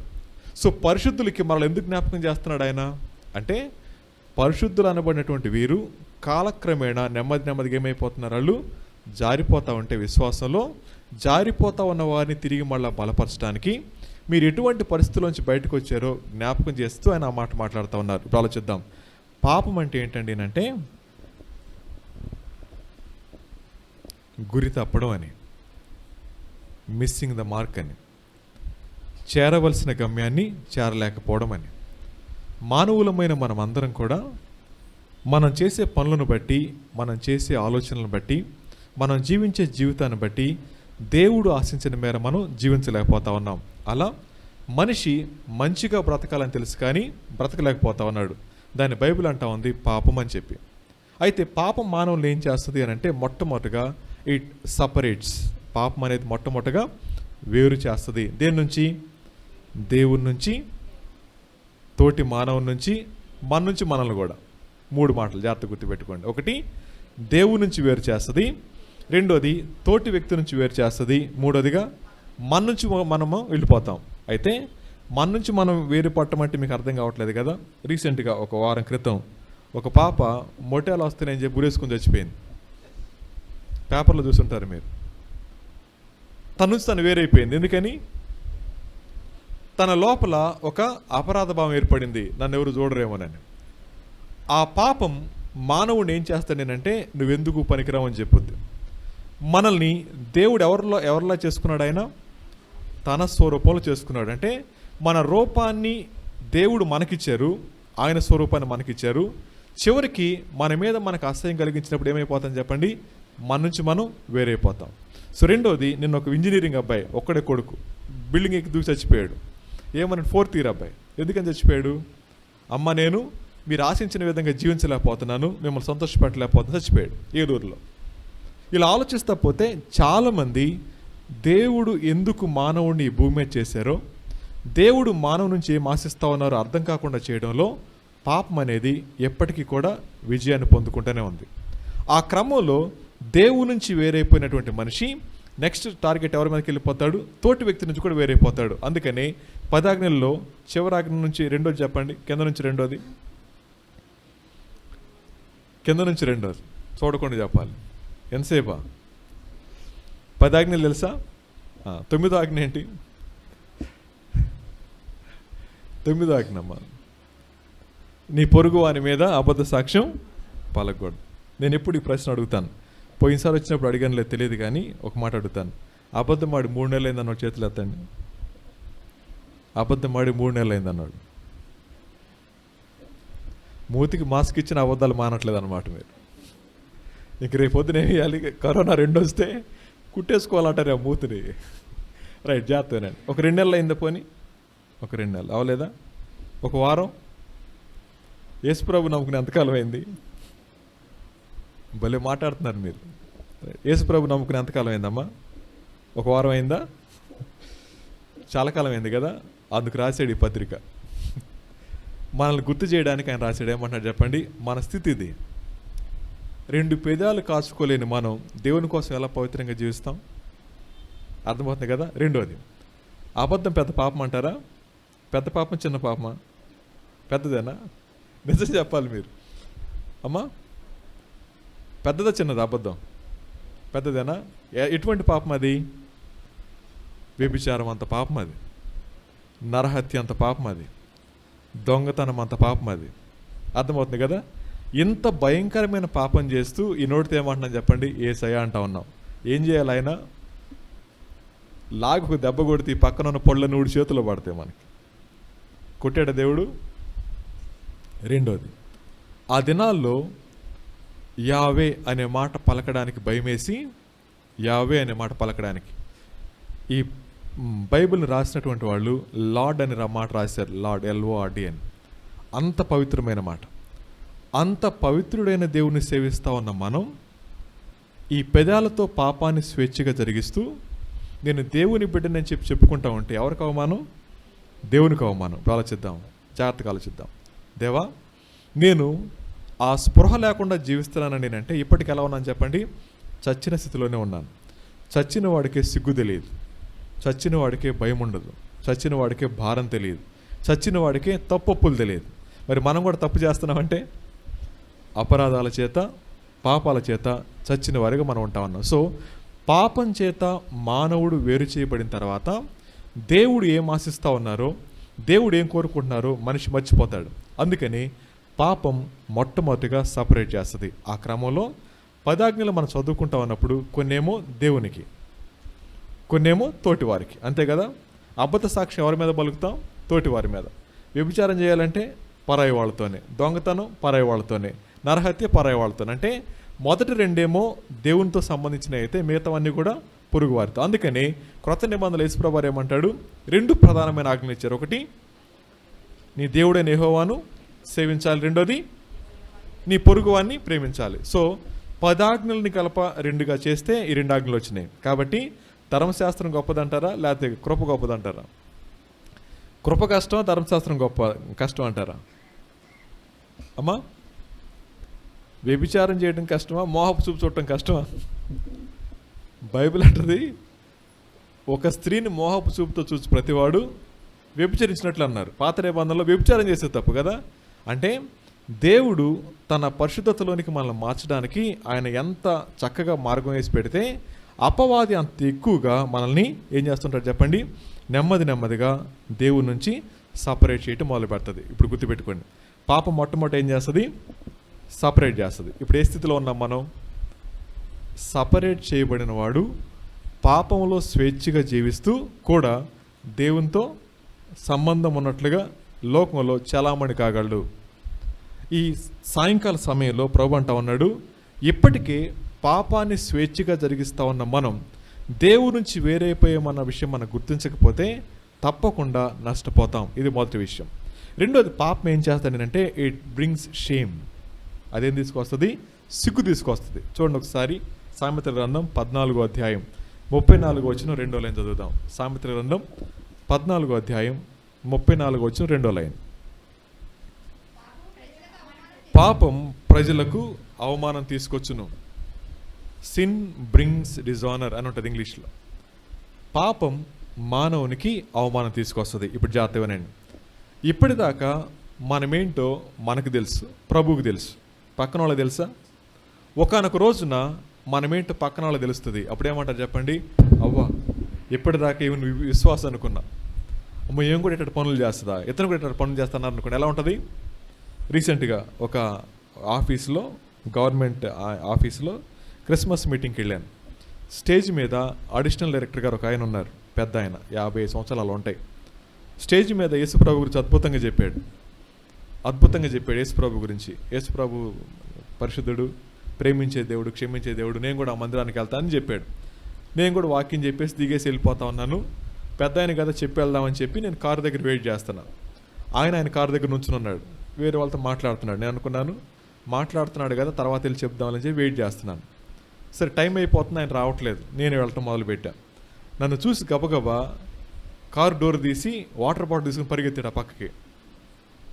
వాటర్ బాటిల్ తీసుకొని వెళ్ళి నోరు కడుక్కుంటున్నాడు, ఎందుకంటే సిగరెట్ తాగాడు అప్పుడు దాకా. దగ్గరికి వెళ్ళిపోయా, వాసన వస్తుంది. ఆయన అంటాడు, ఇది ఒక్కటి పట్టుకొని సార్ నన్ను వదలట్లేదు, ఇది ఒక్కటి పట్టుకుని నన్ను వదలట్లేదు. స్టేజ్ మీద సూట్ వేసుకుని నిలబడితే ఆయనకి చేతులు దండం పెట్టాలనిపించింది ఆయనకి. అట్లా చెప్పాడు యేసుప్రభు గురించి. స్టేజ్ దగ్గరనే సిగరెట్ తాగుతా ఎవరి ముందు చేతులు కట్టుకుంటున్నాడు? ఆఫ్టర్లు కాదు నేను, నాకు ఆయనకి చాలా వ్యత్యాసం ఉంటుంది. ఆయన నేను చిన్నవాడు, ఆయన చాలా పెద్ద ఆయన హోదాలో పెద్ద ఆయన. ఇప్పుడు నా ముందు ఏం చేస్తున్నాడు? ఆయన నోరు కడుక్కుంటున్నాడు. ఎంత సిగ్గది! ఇప్పుడు జాగ్రత్తగానండి, ఇక్కడ కూర్చొని మంచివారికి కనబడుతున్న మనం, పాపం అంటది కొద్దిసేపు ఆగి ఏం కాదు, ఎవరు తెలుసు నీ పాపం అని చెప్పి అంటది. ఒకానొక రోజున మన అంతరంగంలో ఉన్న పాపాన్ని బయట తీసుకొచ్చి నీ కర్మను అనుభవించంటది. అలా అనుభవించన్నప్పుడు మనిషి ఆ అపరాధ భావాన్ని తట్టుకోలేక ఇంకా హృదయాన్ని కఠినపరుచుకొని ఇక నా వల్ల కాదేమోనని చెప్పి ఆ పాపం చేత పట్టబడిన వాడై నెమ్మదిగా వెనక్కి వెళ్ళిపోతూ ఉంటాడు. ఆలోచిద్దాం, ఇక్కడ కూర్చున్న మనం అందరం మన అంతరంగాల్లో ఉన్న పాపాన్ని ఒకవేళ బయటికి చెప్తే మన భర్తతో కానీ భార్యతో కానీ మన సంబంధాలు ఎలా ఉంటాయి? రెండోది, చాలామంది యవనస్తులు ఉన్నారు, ఒక ప్రశ్న అడుగుతాను. యవనస్తులు అంటే మాజీ యవనస్తులు కూడా చేతులు ఎత్తచ్చు, సరేనా? ఒక ప్రశ్న అడుగుతాను. మీ మమ్మీ డాడీ అంటే ఇష్టమేనా? అమ్మ నాన్న ఇష్టమేనా? చేతులు ఎత్తాను ఒకసారి. అంత భయపడిపోతున్నారు ఏంటమ్మా? అమ్మ నాన్న అంటే ఇష్టమేనా? ఊరినట్టు చేయొద్దండి అమ్మ. మీ మమ్మీ డాడీ, మా మమ్మీ డాడీ కాదు, నాకు ఇష్టమే. ఏమండి? అమ్మ నాన్న అంటేనమ్మా, అమ్మ నాన్న. వెరీ గుడ్, వందనాలు. చాలామందికి ఇష్టం లేనట్టుంది. ఏం కష్టపెట్టారమ్మా?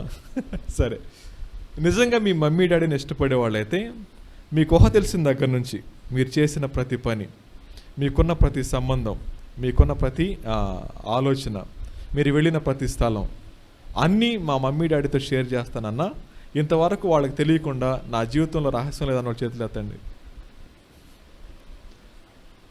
ఇప్పుడు మీ మమ్మీ డాడీ ఉండి గుండె బయలు తెచ్చిపోతారు, నా కూతురు ఏం చేస్తుంది, నా కొడుకు ఏం చేస్తున్నాడని. అవునా?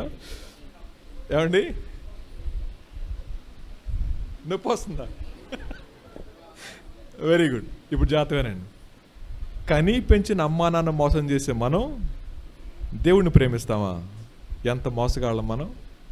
ఇలా మోసం చేస్తూ దేవుని బిడ్డల మంచి అలామణి అయిపోతా ఉంటే దేవుడు చూస్తూ ఊరుకుంటాడా? నో. కారణం ఏంటండి అంటే ప్రసంగం అంటాడు, దుష్క్రియకు తగిన శిక్ష శీఘ్రముగా కలగకపోవటం చేత చూచి మనుషుడు నిర్భయంగా పాపాన్ని జరిగిస్తూ ఉంటాడంట. 8వ అధ్యాయంలో చెప్తాడు ఆయన. ఈ రాత్రి పాపం ఏమాడో తెలుసా అండి? నువ్వు తప్పు చేస్తే పనిష్మెంట్ రావాలి కదా, రావట్లేదుగా. అంటే దేవుడు ఏం చేశాడు నిన్ను? ఒకవేళ నేను అబద్ధం ఆడగా 4 తీగ ఆడపడింది అనుకోండి, ఎంతమంది అబద్ధాలు ఆడతారు ఇక్కడ?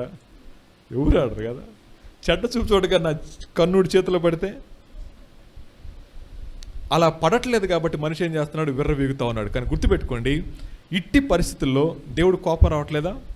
మరి ఎందుకని ఆపుకుంటున్నాడు ఆయన? దేవుని యొక్క కోపాన్ని బైబిల్ ఏమంటుంది అంటే వేదన అంటది. ఇంగ్లీష్లో యాంగ్విష్ అంటారు. వేదన అంటే అర్థం ఏంటంటే కోపము మరియు ప్రేమ కలిస్తే వచ్చేదాన్ని వేదన అంటారు. అర్థమవుతుంది? కోపము మరియు వేదన. ఇప్పుడు ఆలోచిద్దాం. ఒకసారి ఒక తమ్ముడు రాత్రిపూట ఫోన్ చేశాడు. పెళ్ళయింది ఒక బాబు ఆయనకి. అన్న మా బొడ్డోడు నిద్రపోనిట్లేదు అన్న అన్నాడు. ఏ తమ్ముడు? పాలు సరిపోవట్లేదు అన్న అన్నాడు.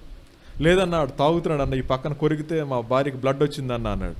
మరి పాలు ఇయటం మానేసింది అన్న. లేదు, ఈ పక్కన ఇస్తుందన్న అన్నాడు. అప్పుడు నాకు అనిపించింది, దేవుడు ఎంత వేదన పడతా ఉన్నాడు. ఒక పక్కన గాయం చేస్తా ఉన్న తల్లి వాడు ఎక్కడ చేస్తాడో అని చెప్పి ఈ పక్కన పాలేస్తుంది. అందుకని ఒక వచనం చూపిస్తాను చూడండి. 78వ కీర్తన 38వ వచనం చదువుదాం. 78వ కీర్తన 38వ వచనం. అయితే ఆయన వాత్సల్య సంపూర్ణుడై వారిని నశింపచేయక వారి దోషమును పరిహరించువాడు, తన ఉగ్రతను ఏమాత్రము రేపుకొనక పలుమార్లు కోపాన్ని అణుచుకునేవాడు. ఇది దేవుడు మన పట్ల చేస్తా ఉన్న పని. చాలా కోపం వస్తుంది ఆయనకి. ఆయన కోపగించుకుంటే ఎంతసేపు పని మంది? ఎంతసేపు ఉంటాం? ఆయన అంటా ఉన్నాడు, పలుమార్లు నువ్వు కోపాన్ని రేపుతా ఉన్నావు, కానీ నేనేం చేస్తున్నాను? అణుచుకుంటా ఉన్నాను. సో తల్లి ఈ పక్కన పిల్లాడు పాలు తాగుతూ ఉంటే ఈ పక్కన నొప్పి రాదా? వస్తాను ఉంటుంది. కానీ వీడు బతకాలని చెప్పి ఆ తల్లి బాధ నోర్చుకుంటా ఉంటుంది. ప్రభు అంటా ఉన్నాడు, నిన్ను నేను రక్షించుకుంది, నా ప్రాణం పెట్టి రక్షించుకున్నాను, నా ఆఖరి రక్తబొట్టు వరకు కాచి నేను రక్షించుకున్నాను. రక్షించిన నేను నా ప్రేమను అర్థం చేసుకునే క్రమంలో విఫలమైపోతా ఉంటే ఎంత వేదన పడుతున్నాను ఇప్పుడు ఆలోచించామంటే ఏమని చెప్తాం రాత్రి? ప్రభా, నీ ప్రేమ అర్థం కావట్లేదు ప్రభా, నీ ప్రేమ అర్థం కావట్లేదు. పలుమార్లు నీ కోపాన్ని రేపుతూనే ఉన్నాను, కానీ ఆ బాధ నాకు అర్థం కావట్లేదు. ఇప్పుడు ఆలోచిద్దాం. యేసయ్యని ఎందుకు సిలువేశారు? యేసయ్యని ఎందుకు సిలువేశారమ్మా? ఎందుకు సిలువేశారు? ఏమండి? నా పాపాల కోసం వేశారు. నా పాపాల్లో అబద్ధం కూడా పాపమే కదా. నా పాపం ఆయన్ని బల్లెం పెట్టి పొడిచింది. తిరిగి మళ్ళీ అదే పాపాన్ని చేస్తానంటే నేనేం చేస్తున్నట్టు ఆయన్ని? ఎక్కడ కూర్చున్న వాళ్ళు ఎంతమంది ఆ సైనికుల్లాగా ఉంటున్నాం? ఎక్కడ కూర్చున్న వాళ్ళు అలా చేస్తూ ఉన్నప్పటికీ దేవుడు పోషించడం మానలేదు, మనల్ని సంరక్షించడం మానలేదు, కాపాడటం మానలేదు, అన్నీ సమకూరుస్తూనే ఉన్నాడు. ఆయన ప్రేమతో చెలగాటమాడొద్దు అని ఈయన మాట్లాడుతూ ఉన్నాడు. సో పాపం ఏం చేస్తాడు నేనంటే దేవుని యొక్క ప్రేమ మీద మనల్ని తిరుగుబాటు చేసే విధంగా చేస్తుంది. అలా చేసినప్పుడు మానవుడు విర్రవీగుతూ ఉంటాడు. ఒకానొక రోజున ఆ పాపం బయటికి రాగానే సిగ్గు వస్తుంది మనకి. కాబట్టి ఈ రాత్రి ప్రభు అంటా ఉన్నాడు, పాపం మనల్ని సపరేట్ చేసింది, పాపం మనల్ని సిగ్గుకు అప్పగిస్తుంది. ఆ తర్వాత పాపం ఏం చేస్తాడంటే ఇట్ బ్రింగ్స్ సఫరింగ్స్. పాపం అనేది మానవుడికి శ్రమలు తీసుకొని వస్తుంది. అలా శ్రమలు తీసుకొచ్చిన తర్వాత మానవుడు నిత్యశ్రీ నిలబడిపోతాడు. అక్కడ నుంచి 6:23 ప్రకారం రోమా ఏమంటారు చెప్పండి? చచ్చిపోతాం. పాపం వల్ల వచ్చే జీతం. ఈ 4 విషయాలు పాపం వల్ల ఉన్నటువంటి దశలు. ఈ 4 విషయాలు మానవులకు అర్థం కాక ఇప్పటికీ కూడా ఈ పాపంలో కొనసాగుతూనే ఉంటారు. ఈయన అంటున్నారు పౌలు గారు, అయ్యా మీ స్థితి ఇది కాదు, మీరు ఎటువంటి వారు? పరలోక సంబంధులు, అక్కడలా ఇక్కడ జీవించండి. ఇది మన నుంచి కోరుకుంటాం అన్నాడు. సో అందుకే ఏమన్నారు చూడండి, మరి చదువుదాం. ఎఫెసీ పత్రిక 2:7 చదువుదాం. క్రీస్తు యేసునందు మనలను ఆయనతో కూడా లేపి పరలోకమందు ఆయనతో కూడా కూర్చుండబెట్టెను. మన స్థితి అది. సో ఎక్కడి నుంచి లేపాడు ఆయన? పాపం చేత వేరు చేయబడ్డాం, పాపం చేత సిగ్గుకు అప్పగించబడ్డాం, పాపం చేత చచ్చిపోయాం. అటువంటి మనల్ని పైకి లేపాడు ఆయన. సో అక్కడేమో కూర్చుని ఉండిపోయాం, కూర్చున్న స్థితి నుంచి మనల్ని పైకి లేపంటా ఉన్నాడు. ఇప్పుడు మీరేం చేయాలి? చూడండి ఆయన ఏమంటాడు. 8వ వచనం చదువుతాం. మీరు విశ్వాసము ద్వారా కృపచేతనే రక్షించబడి ఉన్నారు. ఇది మీ వలన కలిగినది కాదు, ఇది దేవుని వరమే. అది క్రియల వలన కలిగినది కాదు గనుక ఎవడునూ అతిశయపడ వీల్లేదు.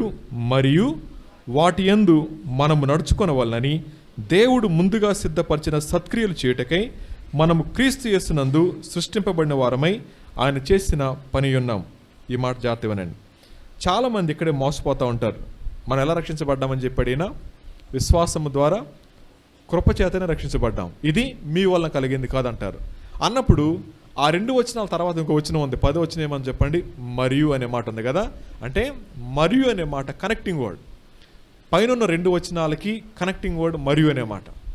ఆ రెండింటి దగ్గర అంటున్నాడు, మరియు మీరేం చేయాలి, దేవుడు సిద్ధపరిచిన పనులు మీరు చేయాలి. మనం ఏం చేస్తూ ఉన్నాం, చెయ్యెత్తాను, మారు మనసు పొందాను, బాప్తీసు తీసుకుని అయిపోయింది.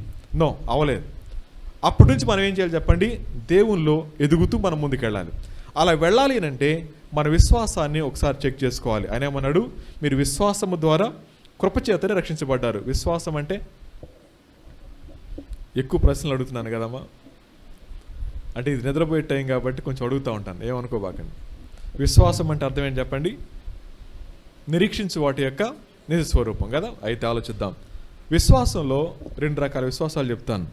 ఒకటేమో దెయ్యాల విశ్వాసం, రెండోదేమో సచ్చిన విశ్వాసం లేదా ప్రేత విశ్వాసం అనుకుందాం. మృత విశ్వాసం, దాని ప్రేత విశ్వాసం.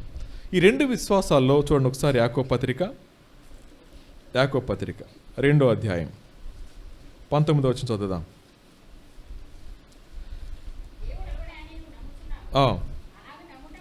అలాగు నమ్ముట మంచిదే, దెయ్యములను నమ్మి వణుకుచున్నాయి.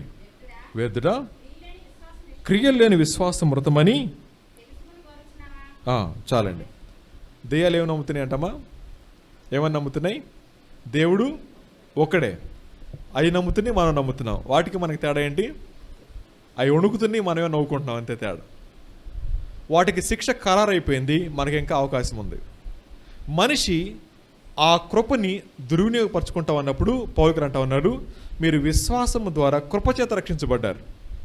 వాటికేమో విశ్వాసం ఉందేమని దేవుడు ఒక్కడే అని చెప్పి, కానీ వాటికి కృప లేదు, అయిపోయింది అటు పని. కానీ మనకేమని చెప్పండి, దేవుని కృప మన ఆయుష్ పొడిగిస్తూ మనం సరిచేసుకోవాల్సిన విషయాన్ని దేవుడు చెప్తా ఉంటే, ఇప్పటికీ మనం సరిచేసుకోకపోతే అంటా ఉన్నాడు, మీరు కృపచేత రక్షించబడ్డారు, జాగ్రత్త. వాటికి ఏమన్నా చెప్పండి, భయం ఉంది, కానీ మనకేమని చెప్పండి, ఆ భయం లేకుండా ఉంది. గుర్తుపెట్టుకోండి, దేవుడు చంపేస్తాడనో కొట్టేస్తాడనో కాదు, దాని పట్ల గౌరవప్రదమైన భయం ఉండాలి. ఇందాక చెప్పారు కదా అన్న, మోడీ గారు పక్కన జగన్ గారు ఉన్నారు. సో మోడీ గారు జగన్ గారు ఇక్కడ కూర్చుంటే ఎవరు వచ్చారంటే ఇక్కడికి పాష గారు వచ్చారు. రాగానే ఏం చేస్తారంటే వాళ్ళిద్దరూ పాష గారికి నమస్కారం పెడతారు. ఎందుకని, ఈయనంటే భయమా? మోడీ గారు ఎట్టున్నాడు చూడండి, బలంగా ఉన్నాడు. జగన్ గారు కూడా అంతే ఉన్నారు. వాళ్ళిద్దరి ముందు ఈయన ఎందుకు భయపడాలి? దాన్ని ఏమంటామంటే గౌరవప్రదమైన భయం అంటాం. దేవుని పట్ల మనకు ఉండాల్సినటువంటిది రెవరెన్షియల్ ఫియర్ అంటాం. మానవుడికి ఆ భయం లేకపోగా ఏముందండి అంటే, శపిస్తాడేమో భయం ఉంది. అలా శపించేవాడైతే ఇక్కడ ఒక్కళ్ళు మిగలం మనం. అలా అంటున్నాడు ఆయన. మీరేమంటున్నారు చెప్పండి, మిమ్మల్ని లేపాడు ఆయన. లేపి ఎక్కడ కూర్చోబెట్టుకున్నాడు, పరలోకంలో మీకు ఒక స్థానం ఇచ్చాడు, అక్కడి వాళ్ళ ఇక్కడ బతకండి. ఇది మొట్టమొదటిగా మనం చేయాల్సినటువంటి పని. అర్థమైందమ్మా? ఇప్పుడు ఆలోచిద్దాం. భూమి మీద మన ప్రవర్తన ఎలా ఉండాలి, పరలోక సంబంధి భూమి మీదకి వస్తే ఎలా ఉంటాడో అలా జీవించాలి. అలాగుందా మన జీవితం? ఇంట్లో నడిస్తే దేవదూతలాగా ఉందా మంది? ఎలా ఉంది చెప్పండి? మనం మాట్లాడితే దేవదూత పలిగినట్టుగానే ఉందా? మీకు శుభం కలుగును గాక అంటున్నావా?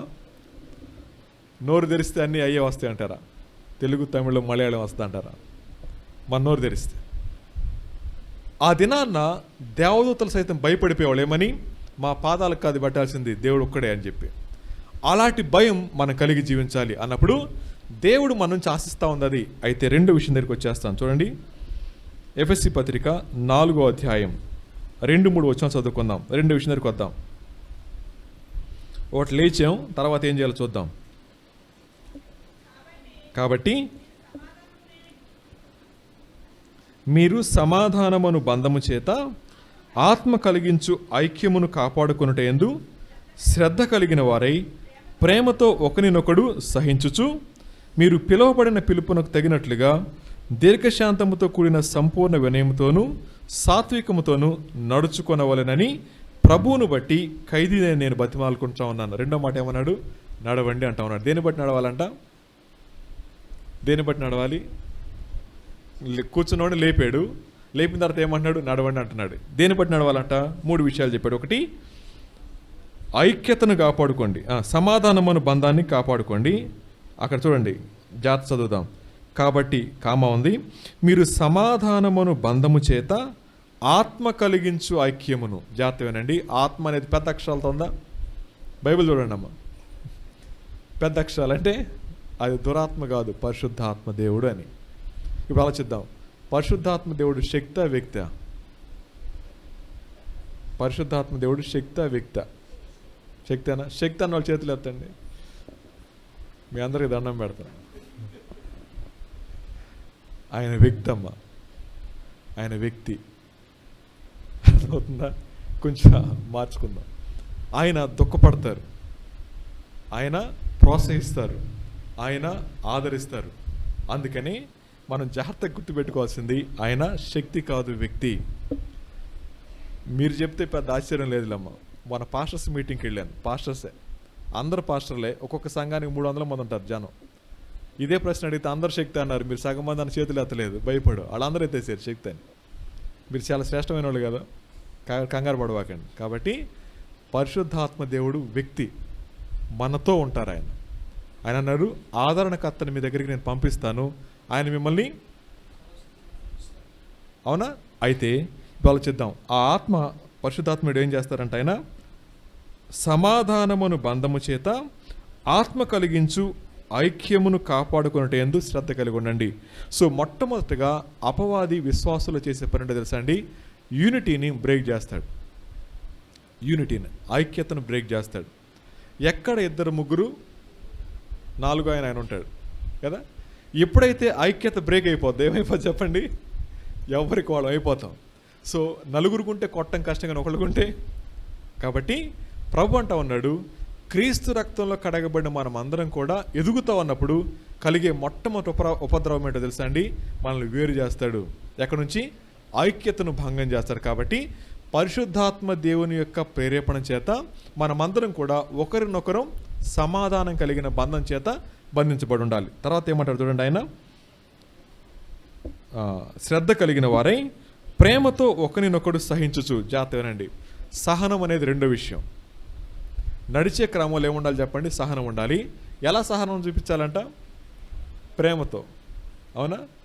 చాలామంది కాపురం చేస్తారు ప్రేమతోనేనా? తప్పదు కాబట్టి ఇక ఛాన్స్ లేదు కాబట్టి ఈయన అంటున్నాడు, అలా వద్దు, ప్రేమతో చేయండి. ఈ మాట చెప్తా ఉన్నప్పుడు మన లోపల సహనానికి పరీక్షలు ఎవరి ద్వారా వస్తుంటాయి? మన లోపల సహనానికి కొన్ని పరీక్షలు కలుగుతూ ఉంటాయి. మీరు ఎప్పుడు ఆవేశపడి మాట్లాడతారు మాట, తప్పు మాట? ఎవరన్నా మనల్ని పదే రెచ్చగొట్టినప్పుడు. ఒక ఆయన ఏమంటాడంటే, మీకు అర్థం అవడం కోసం చెప్తాను. ఒకవేళ ఇప్పుడు ఇంట్లో పాము వచ్చింది అనుకోండి, మనకందరూ భయం అనుకోండి, ఎవరిని పిలుస్తాం మనం? శామ్యూల్ని పిలుస్తాం. ఆయన పాములు కొట్టేటాలో ఎక్స్పర్ట్ అనుకోండి. తమ్ముడు రా పాము కొట్ట అంటాను. వచ్చింది, ఆయన చూడు ఎక్కడ ఉందన్నాడు, అక్కడ ఉంది చూడన్నాను. ఆయన ఏం చేశాడండి అంటే నాదస్వరం తీసుకుని ఊతున్నప్పుడు పాము బయటకు వచ్చింది. పామును కొడతాం, ఈయన కొడతామా?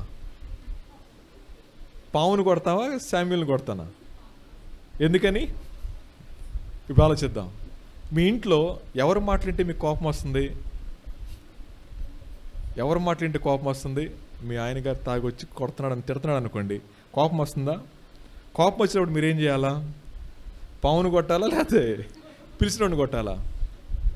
విశ్వాసలమని చెప్పుకుంటూ మనలో ఇంకా దాచుకున్న కోపాన్ని బయటికి తీసినాడికి ఎవరు ఉపయోగించుకుంటున్నాడు? దేవుడు.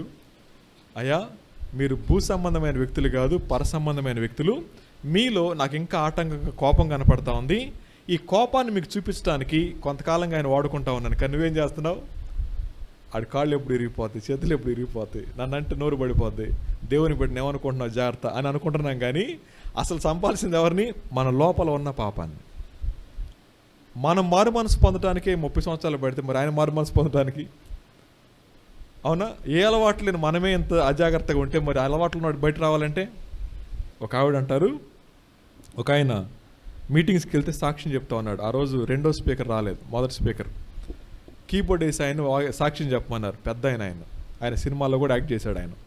ఆయన ఏమంటాడంటే, నా భార్య 23 సంవత్సరాలు పడింది నాతో, తాగొచ్చంట ముళ్ళ కంప పెట్టి కొడితే జాకెట్ జిరిపి రక్తం వచ్చేదంట రాత్రిపూట.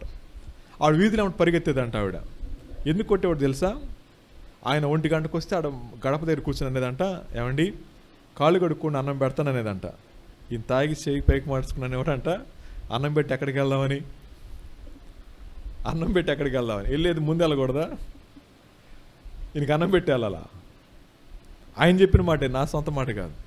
ఎక్కడికి వెళ్దామని చెప్పి గబగబ దడిలో ఉన్న కంప కొట్టేవాడంట ఆయన. అలా 23 సంవత్సరాలు కొట్టాడంట. ఒకరోజు నా అనారోగ్యం వచ్చి పడుకుని ఉంటే, అయ్యా మా ఊర్లో మీటింగ్ జరుగుతుంది, వెళ్ళి వాక్యం విని ప్రార్థన చేయించుకోతారా అందంట. ఇప్పుడు తప్పనిసరి పరిస్థితుల్లో వాక్యం చేయడానికి వెళ్ళాడు. వెళ్ళిన తర్వాత ఆ పాస్టర్ అన్నాడంట, ఇంకెంతకాలం ఆ సీరియడ్ తర్వాత వదిలే ప్రియుడు అన్నాడంట. ఆయనంట ఆవిడంగా చూస్తున్నాడంట. ఇది వెళ్ళి ఆయనకి చెప్పి నా గురించి చెప్పిస్తుంది అని చెప్పి దండం పెట్టి అందంట, అయ్యా ఆ పాస్టర్ గారు ఎవరో నాకు తెలియదు, ఆయన చెప్తున్న మాటలు కూడా నాకు తెలియదు, నా భర్త బాగుపడాలని ఇక్కడ తీసుకొచ్చానని చెప్పి ఆ తల దగ్గర కూర్చొని ఏడుస్తూ ఉందంట. తన భార్య కన్నీరు చూసి 23 సంవత్సరాలు ఎప్పుడు కూడా తిరిగి మాట అని ఉన్నదంట ఆవిడ. ఆయన అంటాడు, నా భార్య 23 సంవత్సరాలు ఏడ్చింది, ఇప్పుడు నేను పగలనక రాత్రనక ప్రభు కోసం హార్మోనియం పెట్టేసి తిరుగుతున్నాను. ఇదేదో 20 సంవత్సరాల క్రితం జరుగుంటే బాగుండు అంటున్నాడు ఆయన. 20 సంవత్సరాల క్రితం జరుగుంటే ఇప్పటికి చాలా సేవ చేసేవాడిని, ఇప్పుడు నా టైం కుదరట్లేదు. 63 సంవత్సరాల వయసులో పెట్టేసుకుని తిరుగుతున్నాడు ఆయన. ఇప్పటికీ ప్రభుని నమ్ముకున్నాడు. ఇప్పుడు యూట్యూబ్లో కూడా వస్తుంది ఆయన పేరు చెప్పలేదు. ఎందుకు ఈ మాట చెప్పానంటే, మన లోపల ఉన్నటువంటి సహనం ఒక వ్యక్తిని ఎక్కడ తీసుకొని రావాలి? ప్రభు దగ్గర తీసుకొని రావాలి. ఆ క్రమంలో ఒకవేళ నేను అసహనాన్ని ప్రదర్శించాను అనుకోండి, ఆ వ్యక్తి ఎక్కడికి వెళ్ళిపోతాడు? ప్రభు నుంచి దూరంగా వెళ్ళిపోతాడు. కొంతమంది మారు మనసు పొందకపోవడానికి విశ్వాసులు అనబడేవారు విడిచిపెట్టని పాపాలే కారణం అనుకుంటున్నాను నేను. మన కుటుంబంలో ఇంకా మారు మనసు పొందిన వాళ్ళు ఉంటారు. ఎవరిని బట్టో తెలుసు మారు మనసు పొందింది? మారని మన జీవితాన్ని బట్టి. అర్థమవుతుందమ్మా? 4 గోడల మధ్య మన జీవితం వేరు, అంటే మందిరంలో, బయట మన జీవితం వేరు. ప్రభు అంటా ఉన్నాడు, మిమ్మల్ని నేను నడిపిస్తా ఉంది ఎందుకో తెలుసా?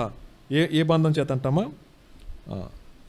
సమాధానం అనే బంధం. తర్వాత అంటున్నాడు, ప్రేమతో ఒకరినొకడు సహించుకుంటూ. సో గుర్తుపెట్టుకోండి, ఆ సమయంలో కనుక నా భర్త లేదా నా భార్య తిడుతుంది అనుకోండి, ఆమె అవిశ్వాసం విశ్వాసిని తిడుతున్నప్పుడు దండం పెట్టి, అమ్మ దేవుడు నిన్ను బట్టి నాకులో ఉన్న పాపాన్ని చూపించాడు, నిన్ను బట్టి నాకు వందనాలని చెప్పి అన్నాం అనుకోండి, తిట్టుద్దా? వీడిని తిట్టినా ఒకటే అనుకుని చెప్పి తిట్టం మానేస్తుంది.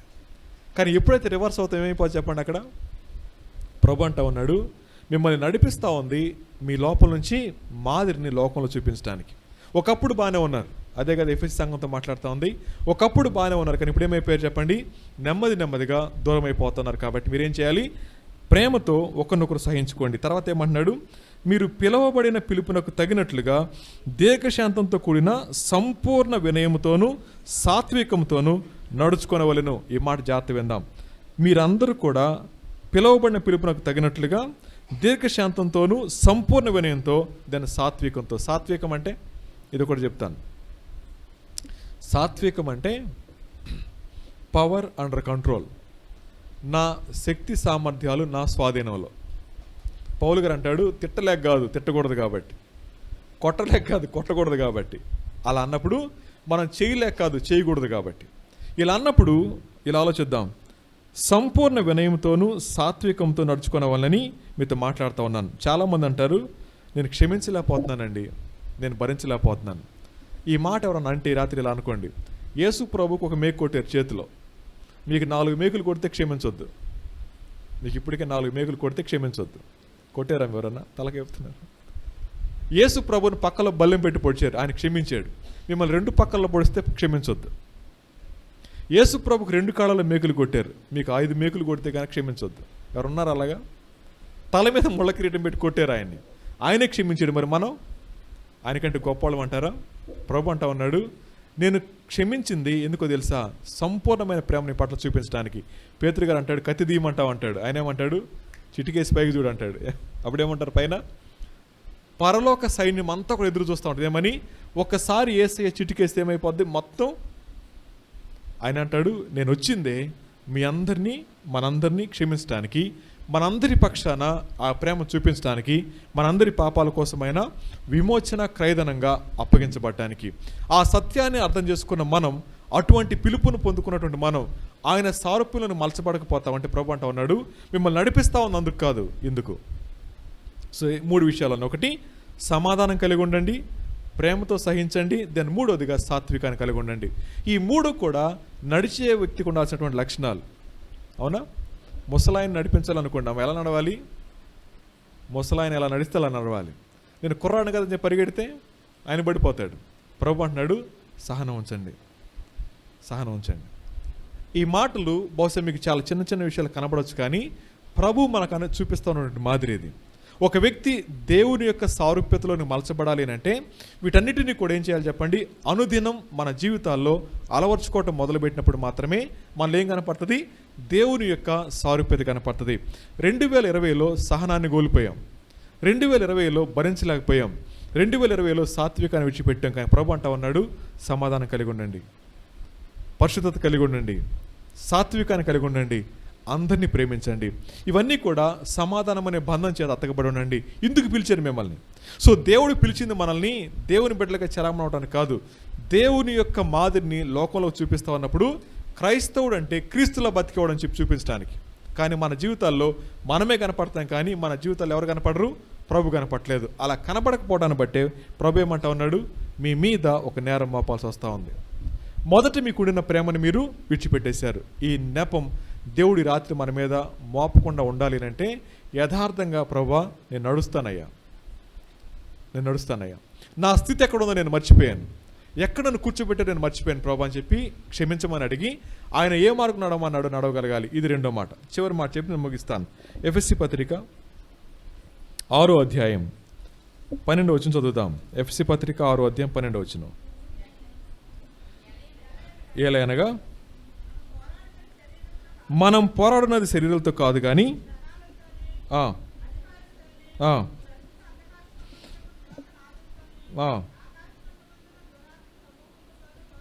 రైట్. సో క్రిస్టియన్ లైఫ్ అనేది ఇట్స్ ఏ వార్ఫేర్, యుద్ధరంగం ఇది. సో ఈ యుద్ధరంగంలో మన మీద శరీరం దాడి చేస్తుంది, అపవాది దాడి చేస్తాడు, ఆ వాయుమండల సంబంధమైన అధిపతి ఉన్నాడు, వాడి దూతలు దాడి చేస్తూ ఉంటారు. ఇవన్నీ కూడా మన మీద ఏం చేస్తుంటాయి చెప్పండి? దాడి చేస్తూనే ఉంటాయి. వీటితో మనం పోరాడాలి. ఆలోచిద్దాం. ఇక్కడ జాగ్రత్తగా గమనించినప్పుడు కింద సర్వాంగ కవచాన్ని మీరు ధరించుకోండి అన్నాడు. ఒక కవచం గురించి చెప్తాను చూడండి. 16వ వచనం చదువుతాం.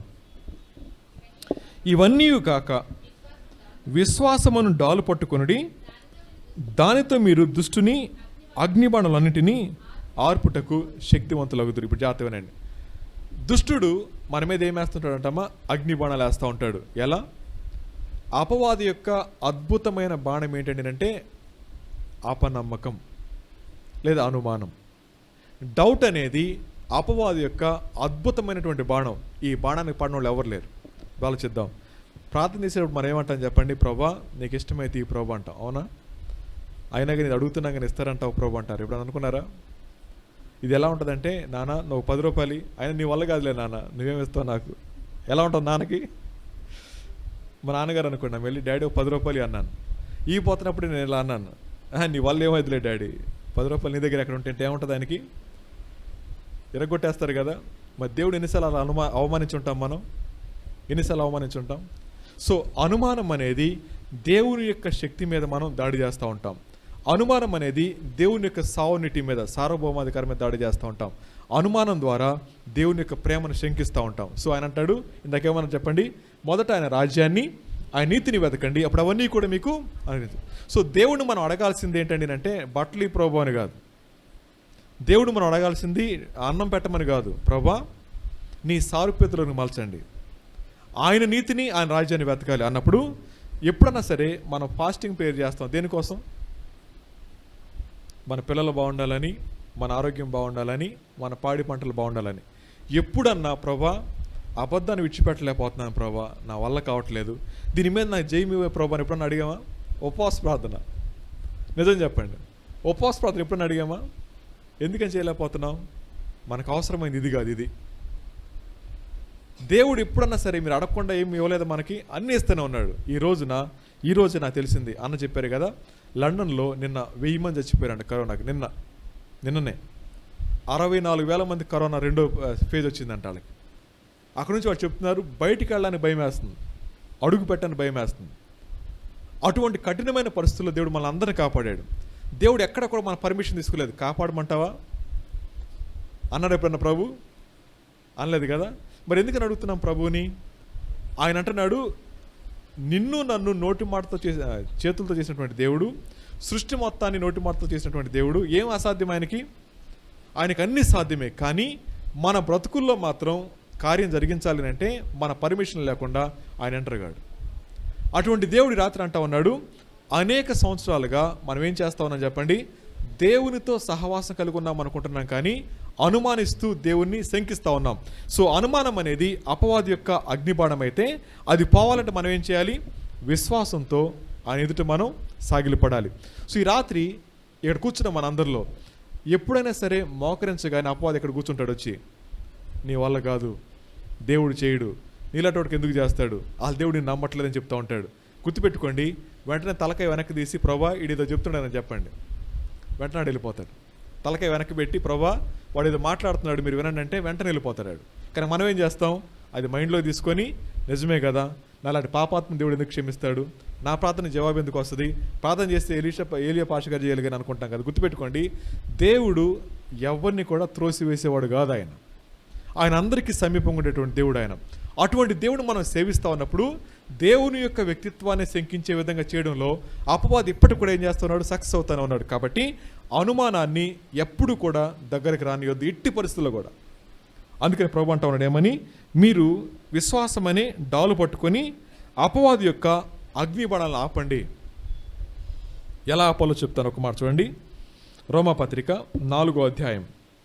రోమాపత్రిక 4వ అధ్యాయం బల అద్భుతమైన మాట ఉంటుంది అక్కడ. 5వ వచనం చదువుదాం. పని చేయక భక్తిహీనుని నీతిమంతునిగా తీర్చు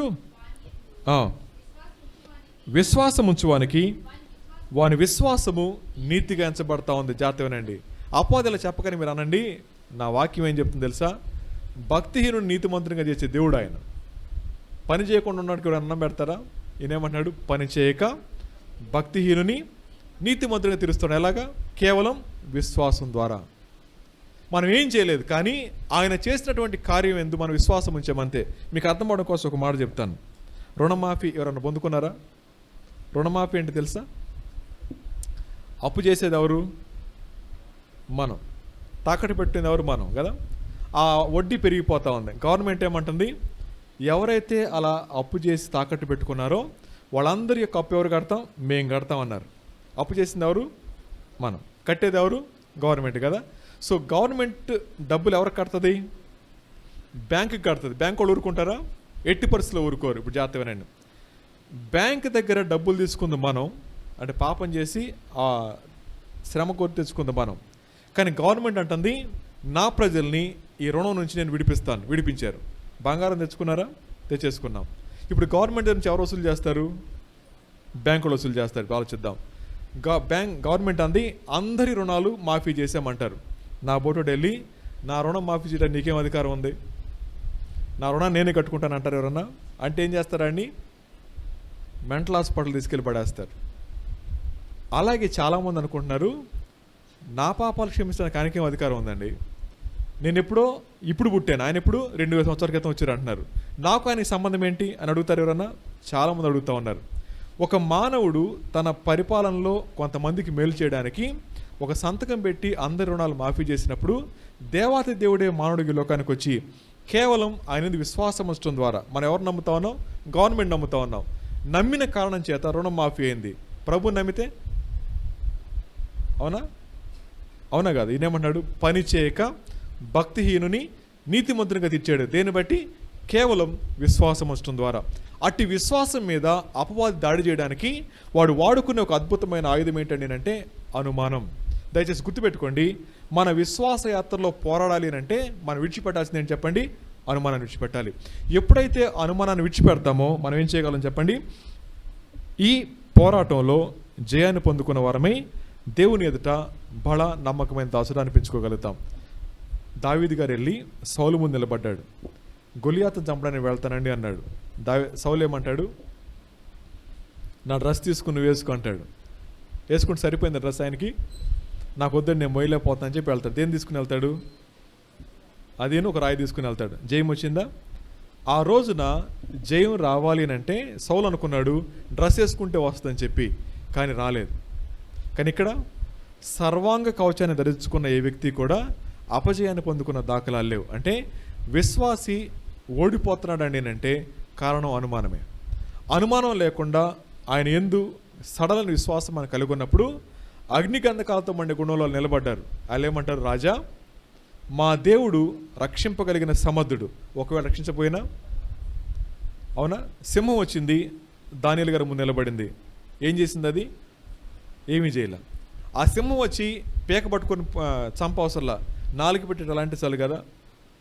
350 కేజీల సింహం వచ్చి దానియేలు గారు నాలుగుతో ఎలా అంటే నాలుగుతో గుండాకి తెచ్చిపోయాడు. మనమైతే సింహం చంపేయాలా, మనల్ని పీక పట్టుకోవాలా, నాలుగు వచ్చి టాడిస్తే సరిపోద్ది. అటువంటి సింహం ముందు నిలబడి ఏమంటున్నాడు చెప్పండి, రాజా నువ్వు భయపడొద్దు. ఏం చెప్పండి, అది విశ్వాసం. సో ప్రభు అంటా ఉన్నాడు, మీరు పోరాడాలి, నడవాలి, దాన్ని కూర్చున్నారు. ఆల్రెడీ మీరు కూర్చుంది ఎక్కడ? పరలోకంలో. కాబట్టి మీరేం చేయాలి? ఇక్కడ నడవాలి. ఎలా నడవాలి? నేను ఎలా ఆశించాను అలా నడవండి. మూడవదిగా విశ్వాసాన్ని ఏమాత్రం విడిచిపెట్టకండి. అప్పుడు మనం ఏ సారూప్యలో మలచబడతాం? దేవుని యొక్క సారూప్యతలో మలచబడతాం. సో ఈ రాత్రికాల సమయంలో ప్రభు మనతో మాట్లాడుతూ ఉన్నమాట, అనేక సంవత్సరాలుగా మీ వెంట పడతా ఉన్నాను, కానీ మొదట ఉన్నటువంటి ఆ విశ్వాసం సడలిపోతూ ఉంది, మొదట ఉన్నటువంటి ప్రేమ సడలిపోతూ ఉంది. దాన్ని మీరు మరలా తిరిగి పునరుద్ధరించుకోండి. ఎప్పుడైతే అలా పునరుద్ధరించుకుంటారో, ఇందాకన్నా చెప్పారు కదా ఏమని, దేవుడు తన అడుగు వాటికంటే ఊహించు వాటికంటే అత్యధికంగా మనందరికీ దయచేస్తాడు. అటువంటి గొప్ప కృప దేవుడు మనకు దయచేయనుగాక. తల వంచండి, కళ్ళు మూసుకునండి, చిన్న ప్రార్థన చేసుకుందాం. తల వంచండి, కళ్ళు మూసుకునండి, చిన్న ప్రార్థన చేసుకుందాం. ప్రియమైన సహోదరి సహోదరులారా, ఈ రాత్రి అపరాధాల చేత పాపాల చేత చచ్చిన మనల్ని దేవుడు తన ప్రశస్తమైన రక్తాన్ని కార్చి మనందరినీ సజీవులుగా మార్చారు.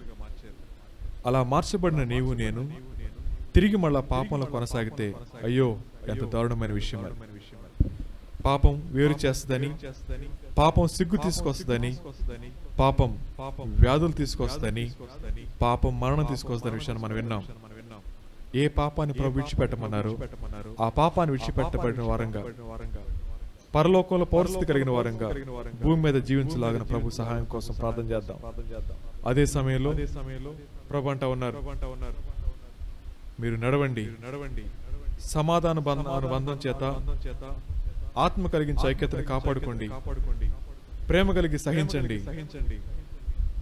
ఎంత అద్భుతమైన మాట. సాత్వికాన్ని కలిగి ఉండండి. మన లోపల ఇంకా దేవుడు సరిచేయడానికి ఇష్టపడతాం అనేక పాపాలని దేవుడు రాత్రి మనం చూపిస్తూ ఉండగా మనం విడిచిపెట్టి నడుచుకుంటూ ముందుకెళ్దాం. అదే సమయంలో మనం పోరాడాల్సిన విషయాలు ప్రభు చెప్తా ఉన్నారు. విశ్వాసం మీద జరిగేటటువంటి దాడిలో మనం జయాన్ని పొందుకోవాలి అంటే ఎటువంటి అనుమానాన్ని మన జీవితంలో రాజ్యమేళ లేకుండా దేవునికి అప్పగించుకొని, ప్రభా మీ రాజ్యాన్ని, మీ నీతిని వెతుకుతూ, మిమ్మల్ని పోలి లోకంలో జీవిస్తూ బడా నమ్మకమైన దాసులు అనిపించుకునేలాగా సహాయం చేయమని వేడుకుందాం, అడుగుదాం. ఆ పరుగు పందెంలో పరిగెత్తిన వ్యక్తి అన్న మాట, నా దేశం నన్ను పంపించింది, నన్ను నమ్మింది, పరుగు ప్రారంభించడానికి కాదు, పరుగు ముగించడానికని. ఈ రాత్రి ప్రభు అంటా ఉన్నారు, మీ లోపల కార్యం ప్రారంభించిన వాడు దాన్ని నమ్మకంగా కొనసాగించగలడు, అంతం వరకు కొనసాగించగలడు. అది జరగట్లేదండి అంటే మనం ఎక్కడో దేవునికి సహకరించట్లేదేమో. ఈ సంవత్సరమైనా యథార్థంగా ఆలోచించుకొని దేవుని సంతోషపెట్టే విధంగా జీవించడానికి ప్రభు సహాయాన్ని కోరుకుందాం. ప్రేమ కలిగిన తండ్రి, ఈ రాత్రి నాతోను మా అందరితో మాట్లాడే విధానం కొరకే నీకు వందనాలు. దేవా దుఃఖ పెడుతున్నామయ్యా, దయతో క్షమించండి.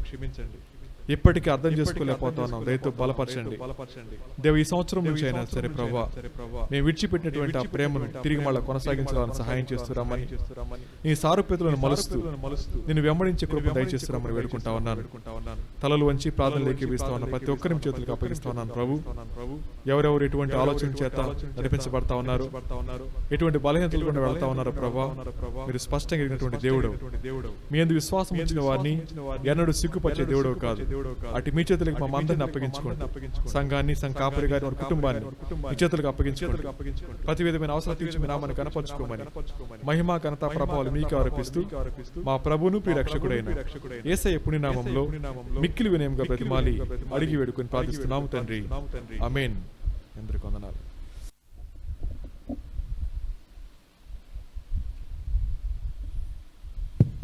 మంచిది.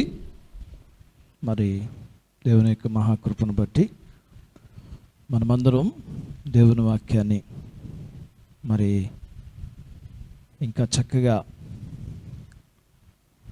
బాగా పరిశీలించి చక్కగా అర్థమయ్యేటట్లుగా దేవుడు మనందరితో మాట్లాడాడు. మన అందరికీ అర్థమైంది. ఈ నూతన సంవత్సరంలో మనమందరము మరి అంతగా దేవునికి సమీపస్తులుగా ఉండడానికి చాలా చిన్ని విషయాలే, కానీ దేవుని నుండి మనల్ని ఎంతో దూరంగా తీసుకెళ్ళిపోయిన ఆ భయంకరమైన విషయాలు మనమందరం నేర్చుకోవడానికి మరి వాక్యం వింటున్నప్పుడు ఊపిరాడిందా మీకు? నాకైతే ఊపిరాడతలా కదా. చాలా చిన్ని విషయాలు, చాలా చిన్న విషయం మనం పెద్ద లెక్క చేయం.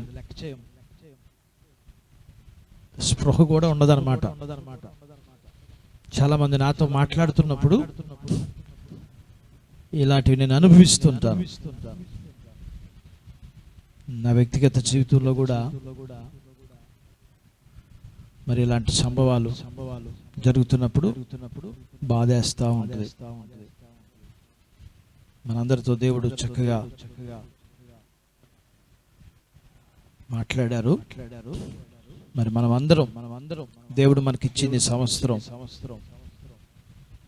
మరి దేవుని కొరకు జీవించడానికి, మనము మరి దేవుని కొరకు సిద్ధపడటానికి పరిస్థితులు మారుతూ ఉన్నాయి. వాటిని గమనించి దేవుడు చక్కగా మనందరితో మాట్లాడారు. కాబట్టి అర్థమయ్యేటట్లుగా మనము ఏ విషయాల్లో మరి ప్రేమను మర్చిపోయి దేవుని ప్రేమించే విషయంలో చాలా అల్పమైన విషయాలు, భయంకరమైన పాపాలయం కాదు. కాబట్టి మనం దేవునిలో సరి చేసుకుని దేవుని రాకడ కొరకు మనము సిద్ధపడటానికి దేవుడు మనందరికీ సహాయం చేస్తాడు. మంచిది. చాలా మంది రాలేదు, చాలా సంతోషం. చాలా మంది రాలా. మరి రేపు ఆదివారం నాడు ప్రేమ విందు ఉంది.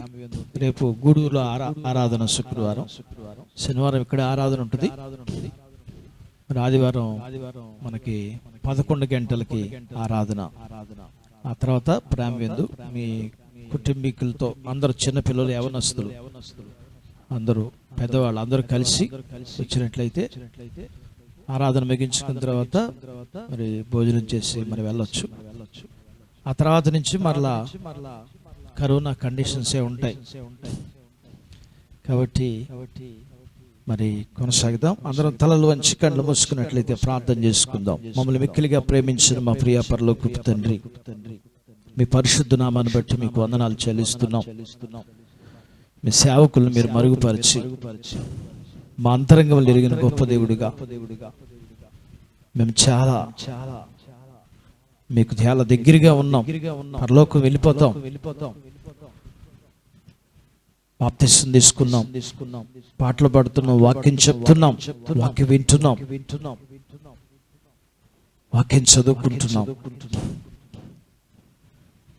కానీ మేము ఎంతగా మిమ్మల్ని దుఃఖపెడుతున్నామో, మేము ఎంత మీకు దూరంగా ఉన్నామో, చాలా చిన్ని విషయాలే కానీ విశ్వాసం విషయంలో, పాపం విషయంలో మేము ఏ విధంగా మమ్మల్ని ఎక్కడ మీరు కూర్చుండబెట్టారో, మేము ఎక్కడ మా పౌరస్థితి ఏంటో, మేము ఎక్కడ వారమో, ఎలా నడుచుకోవాలో, ఎలా ప్రవర్తించాలో, ఎలా మాట్లాడాలో, ఎలా జీవించాలో ఆ స్థితి మేము మర్చిపోయాం. ఎఫ్ఎస్సి సంఘము మిమ్మల్ని ప్రేమించి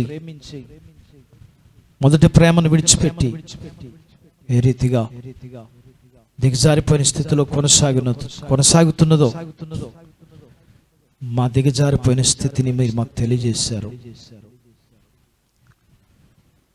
మేమందరం అదే స్థితిలో ఉన్నాం. మీరు మాతో మాట్లాడారు, మమ్మల్ని ప్రేమించి మా అంతరంగా నెరిగిన దేవుడుగా మేము విశ్వాసాన్ని, అవిశ్వాసం వల్ల మేము మీకు దూరం అయిపోయిన పరిస్థితి,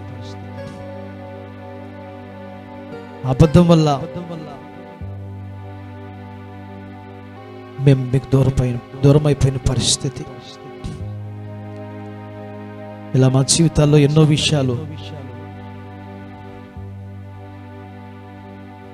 మేము మీకు దూరస్తులుగా ఉన్నాం.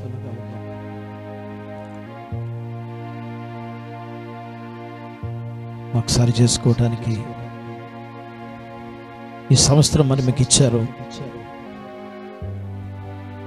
మేము పరలోకానికి వారసులం కాబట్టి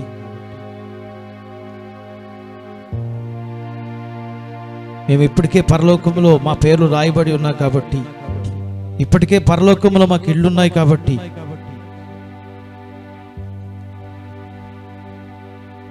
మేము మీ పిల్లలం కాబట్టి, భూమి మీద మీరు మమ్మల్ని ఉంచింది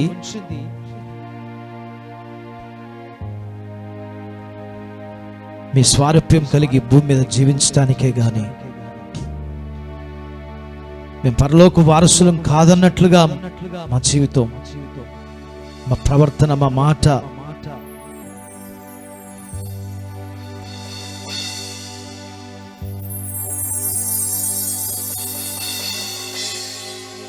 ఎఫ్ఎస్సి సంఘంతో మాట్లాడినట్లుగా మీరు మాతో మాట్లాడండిగా.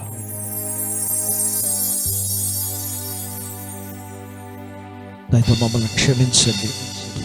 ఈ స్థితిని జయించగలగటానికి మీరు మాకు సహాయం చేయండి. మేము గెలవాలంటే మీ సహాయం మాకు అవసరం.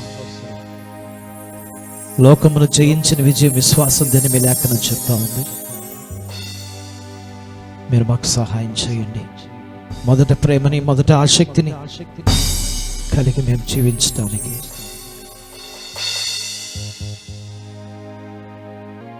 మేము ఇక్కడ వారికి కాదు. మా పేర్లు పరలోకములు ఉన్నాయి, మా గృహాలు పరలోకములు ఉన్నాయి, మా పౌరుషత్వం పరలోకములు ఉంది. మేము పరలోకపు తండ్రికి కుమారులు కుమార్తెలం కాబట్టి ఈ భూమి మీద ఎలా జీవించాలో ఆ రీతిగా వాక్యానుసారంగా మేము జీవిస్తూ మాకిచ్చిన జీవితాన్ని సార్థకం చేసుకుంటూ అనేకులకి మాదిరికరంగా, ప్రోత్సాహకరంగా, ఆదరకరంగా మేము కొనసాగటానికి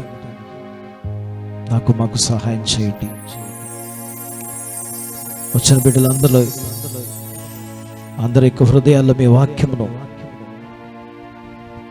మీ యొక్క ఆత్మకార్యాన్ని మీరు జరిగించి, మీ వాక్యం మమ్మల్ని బ్రతికిస్తుంది. ఇదే మా బాధల్లో మాకు నెమ్మదిని కలిగిస్తుంది కాబట్టి మీ వాక్యం వెల్లడగొట్టుతూనే వెలుగు కలుగుతుంది.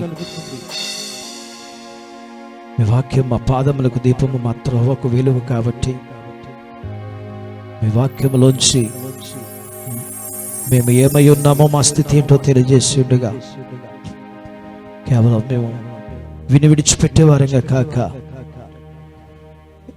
మరి మీ పాదాల దగ్గర కూర్చొని నేర్చుకుని ఆమె ఉత్తమైన దాన్ని ఎన్నుకుందని మీ చేత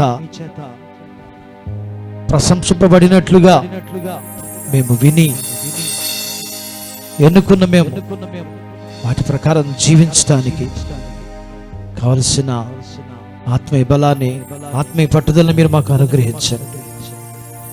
వచ్చిన మీ బిడ్డలందరినీ మీరు దీవించండి.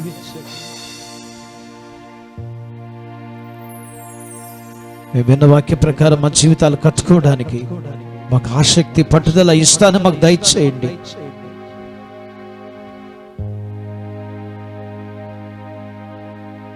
విస్తారమైన పనులు పెట్టుకున్న చేత తొందరపడే వారంగా కాక మరి వలె ఉత్తమమైందని ఎన్నుకుని ఎంతో మందికి లేని ఈ బాధ్యత మీ వాక్యమును మీ పాదాల దగ్గర కూర్చుని నేర్చుకోవడానికి మీరు మాకు సహాయం చేసి, అయితే వినివారు మాత్రమే కాక ఆ వాక్య ప్రకారం జీవించడానికి మాకు సహాయం చేయండి. మీ బిడ్డల్ని మీరు దీవించండి. భూ సంబంధమైన వాటిని కంటే ముందు పరలోక సంబంధమైన వాటిని, అటు తర్వాత భూ సంబంధమైన వాటిని కూడా మీరు అనుగ్రహించాలని మీ పాదాల యొద్ద ప్రార్థన చేస్తున్నాం. మరలా ఇంకా ముందుకు జరిగే ఆరాధనలో, ఈ సంఘపు ఆరాధనలో మీరు మాకు సహాయం చేయాలని, మరలా మేము గతకాలం నష్టపోయిన ఆ పరిస్థితులు మరలా మా జీవితాల్లో ప్రవేశించడానికి పరిస్థితులు మారుతున్నట్లుగా మేము వింటా ఉన్నాం. కాలం నెరిగి నిద్ర మేల్కోవలసిన సమయం అందని మేము గుర్తెరిగి సిద్ధపడటానికి మాకు సహాయం చేయాలని మీ పాదాల యొద్ద ప్రార్థన చేస్తూ, వాక్య పరిచయం చేసిన మీ పిల్లల్ని మీరు, వారి కుటుంబాల్ని, వారి సంఘాలని, వారి సేవని, వారు కలిగిన సమస్తాన్ని మీరు దీవించండి. అంతేకాదు మీ ప్రియ బిడ్డలు చాలా మంది ఈ పరిచర్య కొరకు, ఈ మీటింగుల కొరకు ప్రార్థన చేశారు, పనిచేశారు, విప్పులు విప్పారు, అయినా కన్నీరు కార్చారు. ఇక్కడ ఈ పరిచర్య జరగటానికి ఎంతో మంది మోకాళ్ళ అనుభవం, ఉపవాస ప్రార్థన, వాటన్నింటిని బట్టి వారందరికీ రాదగిన దీవెన మీ పిల్లలకి దయచేయండి. ఇది వ్యర్థం కాకుండానట్లుగా మేమేమైతే మీ పాదాల యొద్ద నేర్చుకున్నాం వాటి ప్రకారం జీవించడానికి, నాడు లూదా హృదయం తెరిచినట్లుగా, శిలువ మీద దొంగ హృదయాన్ని తెరిచినట్లుగా ఈ రాత్రికాల సమయంలో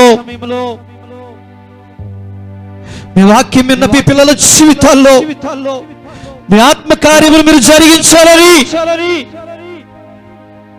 పాదాల యొద్ద ప్రార్థన చేస్తాం. వచ్చి వెళ్ళిపోయేవారుగా కాక వాక్యం చేత పట్టబడిన వారై లూదియా హృదయము తెరవబడినట్లుగా, సిలువలో ఉన్న దొంగ హృదయం తెరవబడినట్లుగా మేము పరలోకపు రాజ్యానికి వారసులమై పేర్లు రాయబడ్డాయని, మా కొరకు ఇల్లు ఉన్నాయని, కిరీటాలు ఉన్నాయని, మా కొరకు సిద్ధపరచబడిన జీవితం ఉందని సంతోషిస్తున్న మేము యేసులాగా జీవించాలని, మాట్లాడాలని, ప్రవర్తించాలని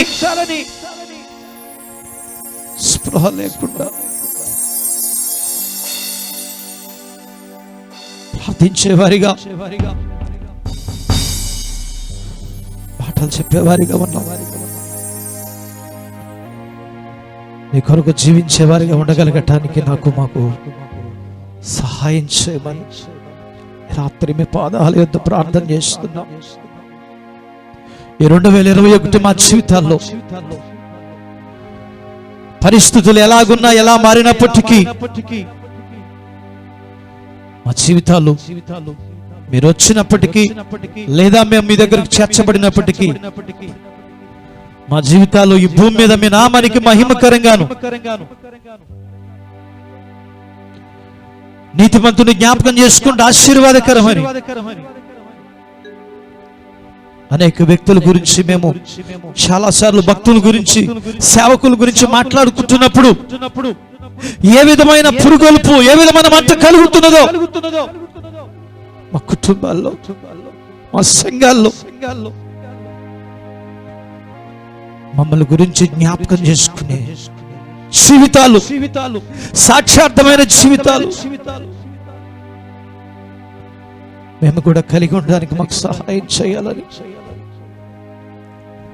మీ పాదాల యొద్ద ప్రార్థన చేస్తా ఉన్నాం.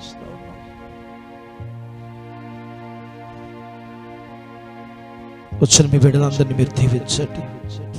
ఇంకా మారు మనసు బాప్తిసం లేని వారితో మీరు మాట్లాడండి. మారు మనసు పొంది బాప్తిసం తీసుకున్న వారితో కూడా ఈ రాత్రి మీరు మాట్లాడారు. మా అందరితో మీరు మాట్లాడిన మాటల ప్రకారం మాతో మమ్మల్ని గురించి మీరు మాట్లాడి ఉండగా మీ వాక్యానికి విధేయులమై మేము జీవించడానికి మా అందరికీ మీరు సహాయం చేయాలని, మేము ఏ స్థితిలో గెలవలేకపోతున్నామో, ఓడిపోతున్నామో మీరు మాకు సహాయం చేయాలని పాదాల యొద్ద ప్రార్థన చేస్తా ఉన్నాం. యాకోబు అడిగాడు, తను ఓడిపోతున్న స్థితిని మార్చమని. అతనిని ఇశ్రాయేలుగా మార్చిన దేవుడు నీవే కదా. మా జీవితాలను కూడా మీరే మార్చగల శక్తి మీకున్నది. మీరే సహాయం చేయాలని మీ పాదాల యొద్ద ప్రార్థన చేస్తా ఉన్నాం. ఈ రాత్రి మరలా మీ పిల్లలు తిరిగి వెళ్తుండగా మీ సన్నిధి తోడుగా ఉంచమని. మేము క్రమం తప్పి, పరిస్థితులకు అనుకూలంగా కాదు కానీ క్రమం తప్పి ఉన్నాం.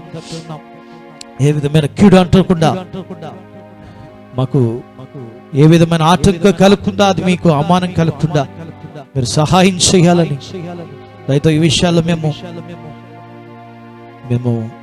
క్రమాన్ని మీరు ఉన్నామని దయతో క్షమించమని మీ పాదాల యొద్ద ప్రార్థన చేస్తూ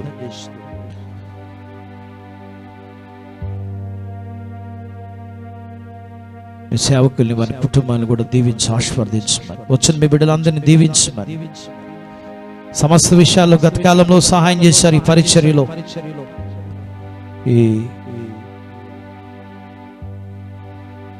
ప్రారంభించబడిన ఈ పరిచర్యలో జనవరి 7వ తారీఖు 2010వ సంవత్సరం ఈ దీన సంఘాన్ని మీరు ప్రేమించి మందిరం ఇచ్చారు. అది ప్రారంభించబడిన రోజు పురస్కరించుకుని ఏర్పాటు చేయబడిన మీటింగులో మీరు మాకు సహాయం చేసి, మేము మందిరాన్ని కట్టుకోవటమే కాదు కానీ మా జీవితాలు మేము కట్టుకోవాలని, మీ దేహమే దేవుని ఆలయమని, ఈ మందిరాల ద్వారా నేను ఈ భూమి మీద మహిమ తెచ్చుకోవాలని ఆశపడుతున్నానని, ఈ మందిరాన్ని మీరు మాకిచ్చిన మీరు ఈ దేహం అనే మందిరాన్ని కట్టడానికి మీరు ఈ మందిరాల ద్వారా మీ నామానికి మహిమ తెచ్చుకోవాలని మీరు ఆశపడుతూ ఉన్నారు. మేము ఒక్క మందిరం కట్టాం కానీ అనేక మందిరాలు మీరు కట్టారు. అనేక మంది వ్యక్తులు మీరు రక్షించారు. ఈ పరిచర్యలో మేమందరము మీ నామానికి మహిమకరంగా ఉండగలగటానికి మాకు సహాయం చేయాలని మీ పాదాల యొద్ద ప్రార్థన చేస్తూ, వచ్చిన మీ బిడ్డలందరినీ ఆధ్యాత్మికంగాను, ఆర్థికంగాను, శారీరకంగా దీవించాలని ప్రార్థన చేస్తూ, యేసు ప్రభువారి అత్యున్నత నామములో స్తుతించి ప్రార్థిస్తూ, ఈ పరిచర్యలో మీరు మాకు ఇచ్చిన సమస్తాన్ని బట్టి మీకు వందనాలు, స్తోత్రాలు చెల్లిస్తూ, యేసు ప్రభువారి యొక్క అత్యున్నత నామములో స్తుతించి ప్రార్థించి వేడుకుంటున్నాము తండ్రి. పరలోకమందున మా తండ్రి,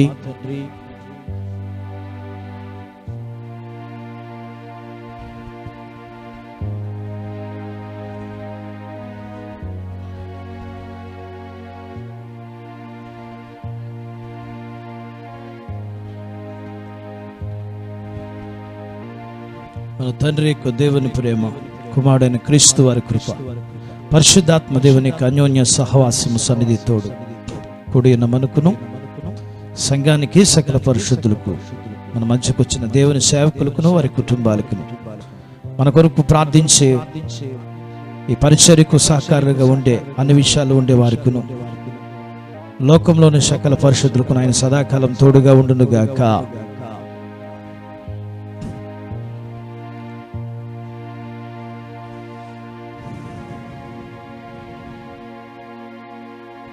మంచిది, అందరికీ వందనాలు.